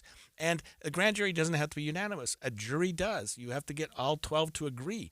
A grand jury, if you get half or whatever, I think it's half plus one, you can get an indictment. So it is a very low threshold. It's much easier to prove. And I would say if you can't get past a grand jury, you're never going to get past a petite jury. Yeah, I think that's one of the things that's interesting, right? So we had Senator Mark Kelly from Arizona. The other senator is Elisa Slotkin, who used to be part of the CIA.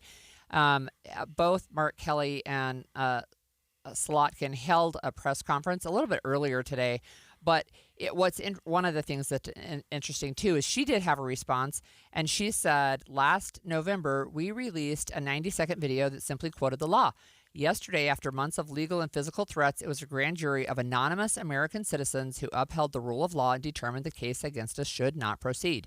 And then, again, she talked about having this response where they just did a press conference. Yeah, and we've even had cases recently, like you said, there have been an increase in the number of grand jurors who were unwilling to vote an indictment under the current administration that we've probably ever seen. Mm-hmm. And we've even had some cases where prosecutors have said, not only do I not think you're going to get this done, but I'm not even going to present it. In fact, if you make me do it, I'll quit. Yeah. And they've said, we just don't think we have the evidence to pursue this case. Even the, James Comey and Letitia James indictments are both tossed, I think, right That's now. Right. That's right. Because of procedural errors and the fact that the prosecutor that put him on wasn't really a prosecutor at the time. I think there were some issues about the U.S. attorney that presented those. Senator Slotkin's statement yesterday, it was U.S. Attorney Jeanine Pirro, if you remember her, who was trying to persuade the grand jury. But she said it wasn't just an embarrassing day for the administration. It's another sad day for our country, because whether or not Pirro succeeded is not the point. It's that President Trump continues to weaponize our justice system against his perceived enemies. It's the kind of thing you see in a foreign country, not in the United States we know and love. So anyway, I just thought that was super interesting, because even I, without a legal background like you, knew that grand juries typically do indict and things move forward. And yesterday they're like, nope. Yeah, we don't have it. There's nothing there. So I hope that this is one of those situations where both sides say, okay, it's over, let's let it go. I'm not optimistic about that. I don't know what the Justice Department's going to do, whether they're going to retaliate or try to go through an end run and get something else done. But, man, I would just say this. If you cannot get it past a grand jury, you're not going to win in a jury trial. You're never going to win. That means you have an incredibly weak case. And also, the news media outlets did reach out to the Department of Justice for a statement. They did not get one. Yeah. Just so you know. Maybe not likely to. So anyway, that was interesting, and maybe hopefully finality with respect to that. We've seen how these lawmakers have reacted to it, because nobody wants to be accused of a crime or being subject to crime or under investigation for a crime. When we come back next, we're going to go up to Utah's Capitol Hill and discuss proposals that are hitting roadblocks, including one that would allow ivermectin. Thank you so much. You're very welcome. To be sold over the counter. We'll recap what's been happening with Utah's legislature and how to pronounce ivermectin when we come back. 11:30 at KSL News Radio. I'm Claire Scott. KSL's top story this hour. Fire crews are at the scene of an apartment fire at 123 East 2nd Avenue. We can see flames on the balcony from here at Broadcast House. The Salt Lake City Fire Department says it's under control and they are ventilating the building, but still evacuating residents out of the impacted area. We have a team gathering more information and will pass along updates as we get them. Our top national story this hour from ABC News. Attorney General Pam Bondi sparred with congressional Democrats today at a House oversight hearing. Democrats tried to hammer the Attorney General over her department's handling of the Epstein files. That led the hearing to repeatedly devolve into shouting matches. So he asked Judiciary Committee ranking member Jamie Raskin urged Pam Bondi not to speak over his colleagues, prompting the Attorney General to refer to the committee's top Democrat as a washed-up loser lawyer. And I told you about that, Attorney General, before you started. You don't tell me. Yeah, I did tell you, because we saw what you did in the Senate. You're a lawyer, not even a lawyer. Committee will be in order. Stephen Portnoy, ABC News, Washington. Your money at this moment. The Dow is down 71 points. The S&P is up 7 points. And coming up, showers continue overnight. KSL weather is next. KSL News Time, 11:31. The sources where we get our news matters. When you listen to Utah's Morning News, we want you to feel the stories are important to you and trustworthy. This is Amanda Dixon. And I'm Andy Farnsworth. Join us weekday mornings on KSL News Radio. This Friday from 10 to 1, the movie show comes to Sound Sleep. But first, take time to learn about a better night's rest. Sound Sleep delivers oral appliance therapy that treats sleep apnea without the use of CPAP machines. They're professionally fit, warranted, and covered by most major medical insurance. End the days of a poor night's sleep. With offices from Clearfield to St. George, Sound Sleep will help. Call Sound Sleep at 801-716-8672 today. It all started with a commitment to comfort. Gillette Heating and Air is proud to be Utah County's go-to team for expert HVAC and plumbing solutions. Need a repair, upgrade, or seasonal tune-up? Don't let cost hold you back. With 0% financing available, it's easy to get the work done now and pay later. Plus, save $100 on any repair over $500 and keep your system running strong with a professional tune-up before the heat hits. Visit GilletteHVAC.com or call 385-GET-COOL to book today. Homegrown service pros, financing made simple, comfort made easy. Carrier, turn to the experts. A Carrier factory authorized dealer. Many people worry they're not making the right investment choices inside their 401ks. Did you know that you might have a little-known opportunity to add some additional investment choices to your 401k and get the help and recommendations you've been looking for? This exciting feature is called a self-directed brokerage window. And the best part? The money still stays within your 401k. Learn how the trusted advisors at Capital Wealth may be able to expand your investment portfolio. To learn more, call or text the word VISIT to 801-877-9800 or go to CapitalWealth401k.com. Improving your 401k might mean the difference of retiring a few years earlier. Let's find out. Schedule your no-cost 15-minute consultation with the Capital Wealth team today.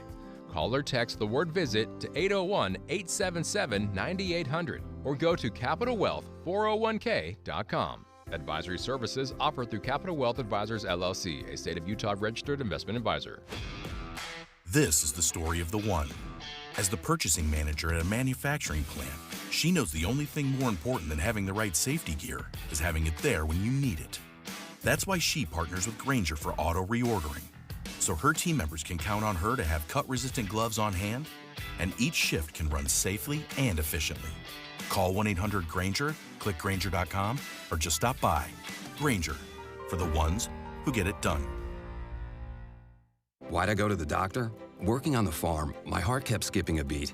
I didn't think much of it, but my daughters made me get checked out. Turns out I have atrial fibrillation, which increases the risk of stroke about 5 times. Symptoms like irregular heartbeat, heart racing, chest pain, shortness of breath, fatigue, or lightheadedness can come and go. But if it's AFib, the risk of stroke remains. If you have symptoms, contact a doctor. I'm so glad I did. Visit notimetowait.com. Sponsored by Bristol-Myers Squibb and Pfizer. Traffic and weather together every 10 minutes on the 9s, brought to you by UCCU.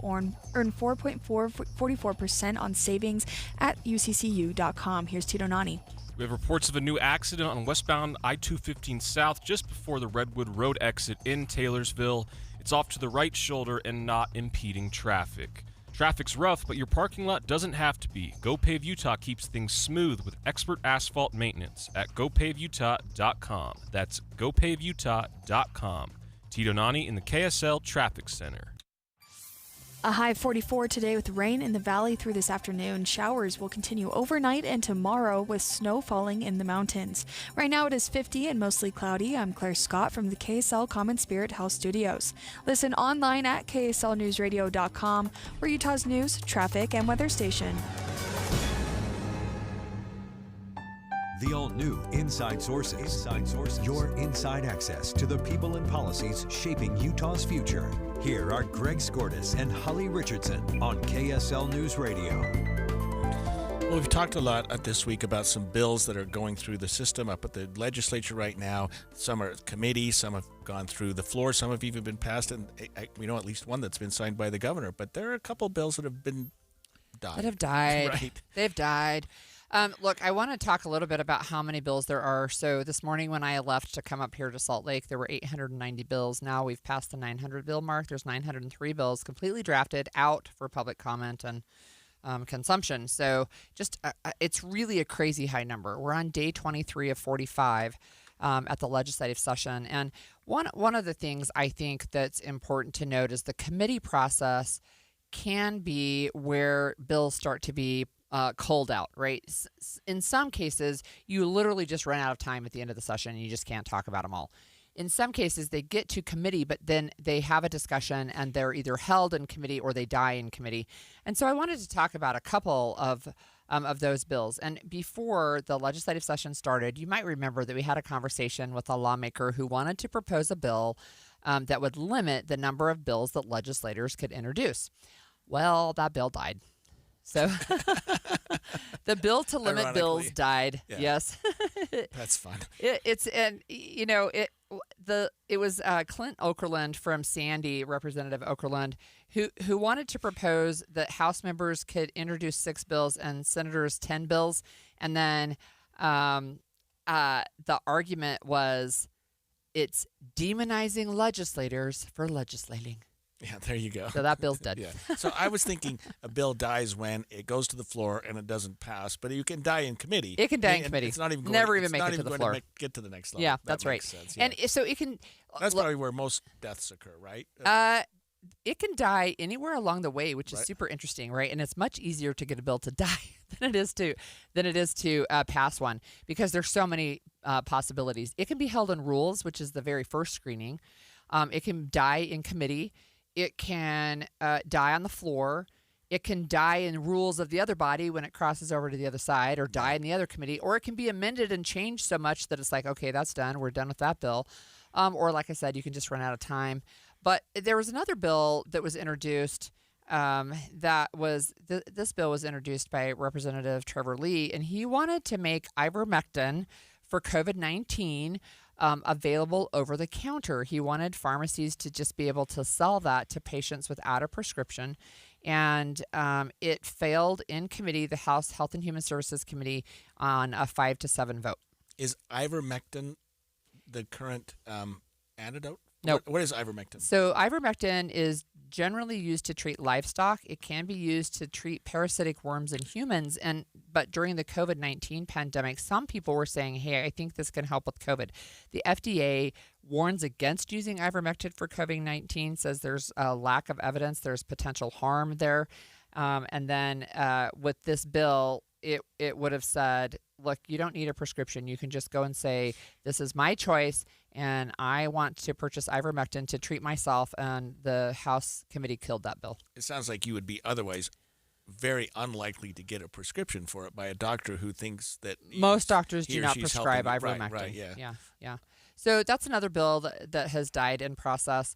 We also talked about this bill, and that was, are we going to make Election Day a holiday, a state holiday, especially if we're doing away with vote by mail, right? If you have to return it in person, it made sense to me that these two bills would go together, but this bill also died. This one died on the House floor, though, actually. So it made it out of committee, and then it died on the floor. So it would make perfect sense that if you're requiring people to be present rather than vote by mail, that you give them the day off, so there's not the problem, especially for those of us, you and I both, who work in Salt Lake County and live in a different county. That's right. It would be difficult to vote. Not impossible, but it would be more difficult to Utah vote. Democratic leaders are on Capitol Hill today laying out some ground rules for the homeless campus. That was fun. Yeah. The homeless campus, we'll talk about that later too, maybe. So those are some bills that have died on the Hill, and we have talked about several of those on our show, not exclusively, but it's one of the things that's part of the process, right? And people, especially, we're halfway. I don't know if we're still towards the beginning or we're towards the end, but what I do know is tomorrow we start having committee hearings twice a day. So we're going to start moving through bills faster, and then you're going to start hitting floor debates that start lasting longer, right? You'll have more time on the floor. And if we've exceeded 900 and we are halfway. Already. Now, I assume the more come in on the front end than the back end, because Yes, you've got to get that's through true. committee. So Yeah. we're probably not going to have 900 more, but we'll almost certainly have 100 more. We're at going to least. cross the 1,000. We'll cross 1,000 threshold, for sure. Yeah, we'll cross 1,000 for sure. That's just too many, Holly. That's just too many bills for a 45-day legislature with weekends and holidays off to consider and get through committee and vote on a bill, and at least have a real understanding of what it means and what it could mean down the road. Yeah. There's another bill that died, and we talked about this on the show too, and that was to say that, first of all, the bill, the way it was written, was to say there would be no more mandates for school vaccination requirements. And then it was changed to, we're going to do away with having to watch an online video to sign the exemptions to get out of school vaccinations. But that bill also died. That one surprises me. Committee. Yeah, I thought that one had some legs. I think you may have an ongoing discussion about that. There's some other bills where I wonder, like we talked yesterday with Representative Ryan Wilcox. We'll talk about him tomorrow. And by the way, we're going to be on the Hill tomorrow. Yeah, that'll be fun. Yeah. We'll literally be there. Today we're only figuratively there talking about the Hill. There was another bill that may have died, and I don't mean to put you on the spot, but we talked about the civics bill, the 10th grade that bill one that died teaches kids. Yep. Oh, well. That one died. That was a bill being proposed by Senator Kathleen Reeby, saying it was to say, look, we want to start educating our 10th graders about what their legal obligations are when they turn 18. Like, we don't want them to be surprised by contracts or the criminal justice system, for example. But that bill also died. I'll tell you, a bill that I'm not surprised died was one that we talked about earlier that was, I think, sponsored by Nate Bluen regarding ICE. Would preclude local law enforcement from cooperating at certain levels with ICE and would require ICE agents, I think, to not wear their masks. Yeah, that's correct. That one also died. I thought, we're never going to get that one through. Well, it didn't go through. Right. So yeah, every once in a while we'll talk about bills, just as they're being introduced. And what I do for my newsletter is really try to pick bills that are being discussed that day, because those are interesting. But again, they're still, 900 right to talk about potentially. Yeah, we've even talked about a couple today that I think are going to be interesting to follow through as we get down the road with the legislature, including, I think it was it Angela Romero's bill, the one about not requiring victims to do polygraph. I would be really interested to see where that one goes. And Peterson's bill about allowing college students to opt out of certain assignments if they feel for religious or personal reasons that they just can't just can't do that. That one passed out of committee, but I don't know if it's going to end up being passed off the floor. We'll see. There could be. There are a lot of bills that we haven't even discussed, and we probably won't have time to. I think it's going to be fun tomorrow to be up on the Hill and maybe get some of these bills and get some of the lawmakers and just say, hey, what can we expect in the days or weeks to come? Because like you said, we're halfway there. Yeah. And we're going to have a lot more to cover over the next couple of weeks. So there's one other bill, if you remember, we talked about this. We got a lot of listener feedback, and that was raising minimum wage to $20 an hour.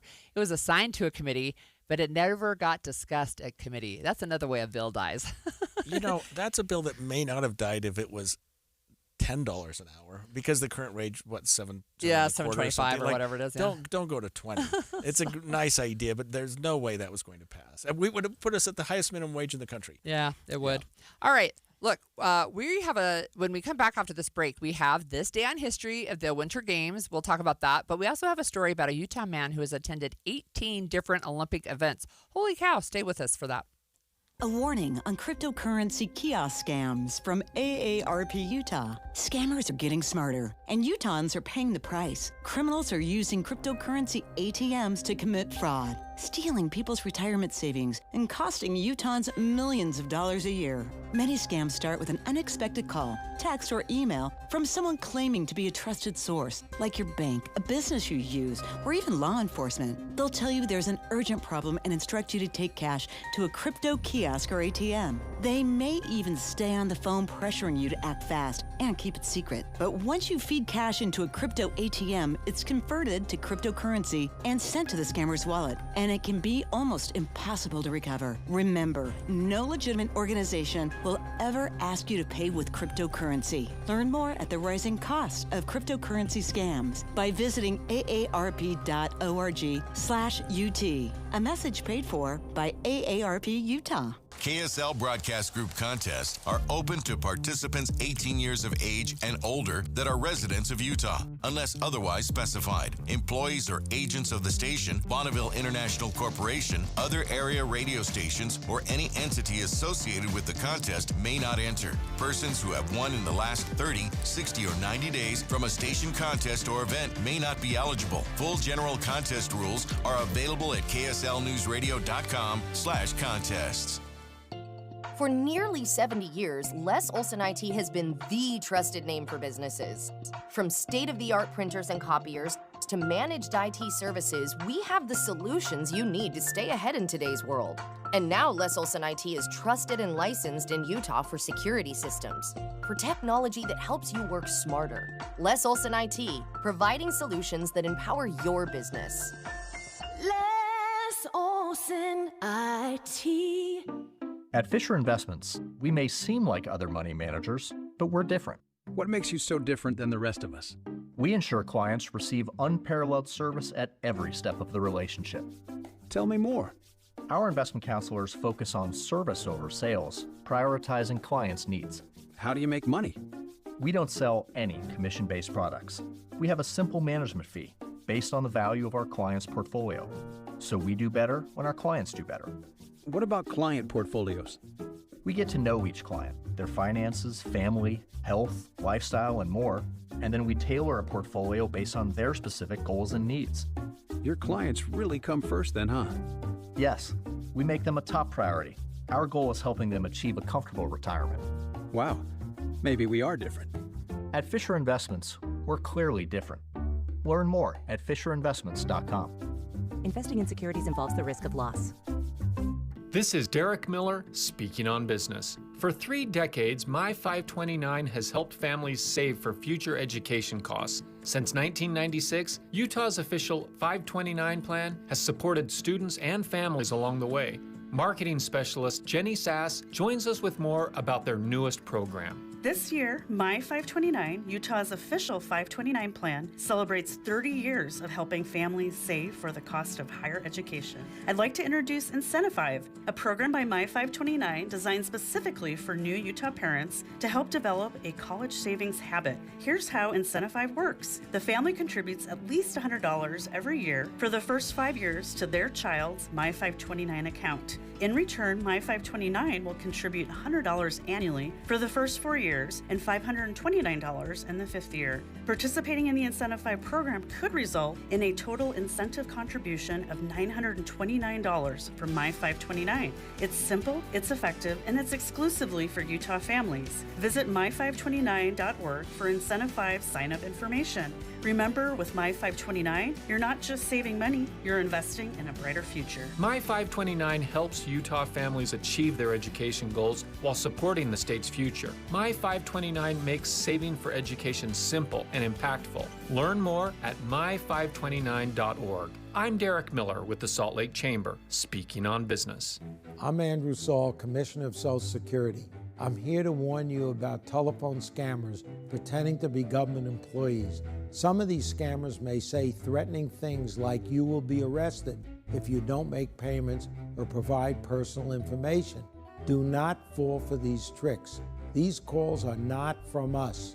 Real Social Security employees will never threaten you for information or money. If you receive a call like this, hang up. Never give the caller your personal information, like your Social Security number or bank account, or send money in any form, cash, gift cards, wire transfers, or prepaid debit cards. Report the call to our law enforcement arm, the Office of the Inspector General, at oig.ssa.gov. Share this information with your friends and family.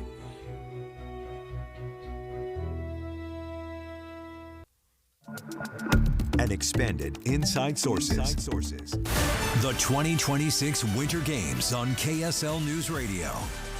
And as we continue our coverage of the 2026 Winter Games, there's a compelling story that was done by KSL's Deanie Wimmer about a man who has attended 18 Olympic Games. Now, that's not 18 events. I know, I said it wrong. 18 venues. He's gone to 18 games.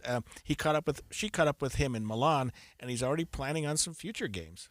Representing the United States of America, Everin Brown. For many years, I've billed myself as Utah's #1 Olympic fan. He's got the swag and the swagger to prove it. Master schedule. Brown has attended 18 Olympics, 500 events, and will attend 29 events just in Milan. I like the Olympic spirit of trying to bring the world together and have a party. He was there when swimmer Michael Phelps made history, and again for gymnast Simone Biles. What's been your favorite Olympics? Well, favorite Olympics, that's like trying to say, who's your favorite child? What's your favorite event in the Olympics? My favorite event is ice hockey, primarily men's USA as the team that I follow. I know how to win at hockey. All I got to do is coach Team USA one of these Olympics. He says the key to doing all of this affordably is to plan in advance before prices go up to Olympic gold. Milano has tickets that start at €30. That's cheaper to get than it is to go to a Utah Mammoth game. And like every athlete, he has a training regimen. He gets all shopping and sightseeing out of the way before opening ceremonies. Once the games start, I just focus on the competitions. I used to think the Olympics were really just for the athletes, but it's also for the fans. And so for this fan, before you go to your event, we have a medal for you as Utah's gold medal super fan. Oh, wow. Congratulations. Thank you, Deanie. I'm honored. I'm honored to accept this on behalf of the Academy and KSL and all my friends and family in the Olympic movement. Thank you. Well, he's certainly got a sense of humor. Good for him. More than 500 events at 18 different games. That's really he is the number one fan. I agree with that. Yeah, 18 games. So he, obviously he's attended some summer games and winter games. I was thinking 18 times 4. That's a lot of years. That's because a lot of only years. But it's really 18. But even then, if you do 18 times 2, that's 36. 36 years. That's still a long time. Right. And they haven't been 2 years for very long. So, yeah. So Good did for you him. see any of the ceremonies yesterday or any of the news that came out? So the American team, the curling team, the mixed doubles, whatever they are, sorry, guys, they won silver. So that was super exciting. Yeah, that is. We also I had... didn't see that. Well- I've been watching the games a little bit. I'm a huge fan of the skiing event, so that's Yeah. kind of where my focus has been. So one of the things, too, that I thought was really fun to see is some of these stories where you see this is the first time they've ever won, or we just had a gold medal winner. She's the first black athlete in the United States to ever win an individual gold. So I think that is great. What was the event? Now you're going to force me to look it up, so give me 1 second. But some of these stories, right, that are coming out, there's a Park City connection, too, with the luge. I think that person won silver yesterday. Let me look at Park the other City one. has a tremendous history of supporting the games. In fact, they were a training center, may still be for the U.S. Olympic team. There are actually runs and lifts at Park City. They're designed for training of skiing athletes, not necessarily related to the Winter Games, but just athletes. And they've done so much there at Park City. It's really a training venue that's world-renowned. Okay, so this is really fun information. The person's name is Erin Jackson, and she officially made history as the first black woman to win an individual gold medal at the Winter Games, and she won it for speed skating. Oh, good for her. And guess where she lives? Guess where she's from? Where? Not Utah. It's Florida. Oh, yeah. So, Speed skater. Yeah, right. You can go indoors and train for something like that. Good for her. All right. Well, it's time for a little history lesson about the Winter Games. This day in the history of the Winter Games on Inside Sources, brought to you by America First Credit Union. So we are on February 11th, and on this day in 2014, the slopestyle freestyle skiing event made its debut at the Sochi Winter Games. So you've had to explain to me that this slopestyle freestyle is it like it's anything rails goes? and Rails, tables okay. and jumps and Okay. leaps, and it's like the terrain park that you see at all the all the resorts now. The kids jump on them and you can. So like you would think maybe a skateboard park. Yes. But on that's skis. That's a good example. But there are rails, like you see Yeah. across this Yeah. huge thing that I saw a little could video clip of really yesterday's. hurt if you don't hit it just right. Oh yeah. So that year in 2014, Canadian Dara Howell won the women's gold medal for the first time. So in 2018, and this would be Pyeongchang, the Dutchman Sven Kramer became the only male speed skater to win the same Winter Games event 3 times in a row. So he claimed gold in the 5,000-meter speed skating event in the 2018 Olympics, and he became the first man to win a total of 8 medals in the sport. So three different times, meaning over 8 years. So yeah, one game. Then 4 years ago, then 4 yeah, years before so that. 2000, so, you don't think 2010, 2014, 2018. You don't think of that level of quality athletes being able to compete for 8 years. It just seems like there's sort of a lifespan of the professional athlete or the athlete that's at that level. But 8 years isn't a long time. And we've had some I think it was Lindsey Vonn, who was attempting to compete something like 20 years after she had won a medal. So okay, well, this is not on this day in history, but this is about the age. So this is the current Winter Games. Austria's Claudia Reigler is 52 years old. She's competing in parallel giant slalom, and she has been she's a snowboarder, and she has been to multiple Olympics. She's 52. So yeah, I was trying to think what the parallel giant slalom is, and I know now what it is. You described it as snowboard. It's actually a race between two different athletes, and so they'll compete, and then they'll switch courses and do it again, and then they go with the. I'll probably get somebody ding me on this. So the combined time to see which is the fastest. So you know what's really interesting about Claudia is that like more than 20 years ago, she had a doctor tell her, "Okay, you've probably aged out of being able to compete in the Olympics." And how old is she? 52. Oh, now I feel guilty. So good for her. Okay, on February 11th, also, this is back to 2018 in Pyeongchang, Norway swept the medals in the 30K cross-country skiathlon. So the 30K cross-country sounds amazing, but look, this is what I saw on social media about cross-country yesterday. A cross-country skier going uphill doing an under 6-minute mile on his cross-country skis. Yeah, uphill. That's hard to imagine. If you've It's ever incredible. cross-country skied uphill, it is an effort that is like no other. And you do this sort of skating. Yeah. It's not the straightforward with your skis in line. You skate literally, and it is very hard on your legs and your back and your thighs. I mean, I've done it before, but I'm not very fast. So really, really incredible. So those are some fun facts for on this day in Winter Game history. I also need to tell you just today that today is the International Day of Women and Girls in Science, and it's Representative Carol Spackman Moss's birthday, and it's her last legislative session. So happy birthday to Representative Carol Spackman Moss. And I think it's important to recognize women and girls in science because that's something we don't do enough, and we're doing much more than that. But getting young women involved in the STEM. Yep, that's right. That's and I have just a couple of other fun facts not related to the Winter Games, but it was on this day in 1990 that Nelson Mandela was released from prison after 27 years in prison. And he accomplished 4 years later, so he became the much president of South Africa. After he was released, yeah. 4 years later, he became the president. Yeah, 27 years, just incredible. Yeah. So we're going to watch more of the games.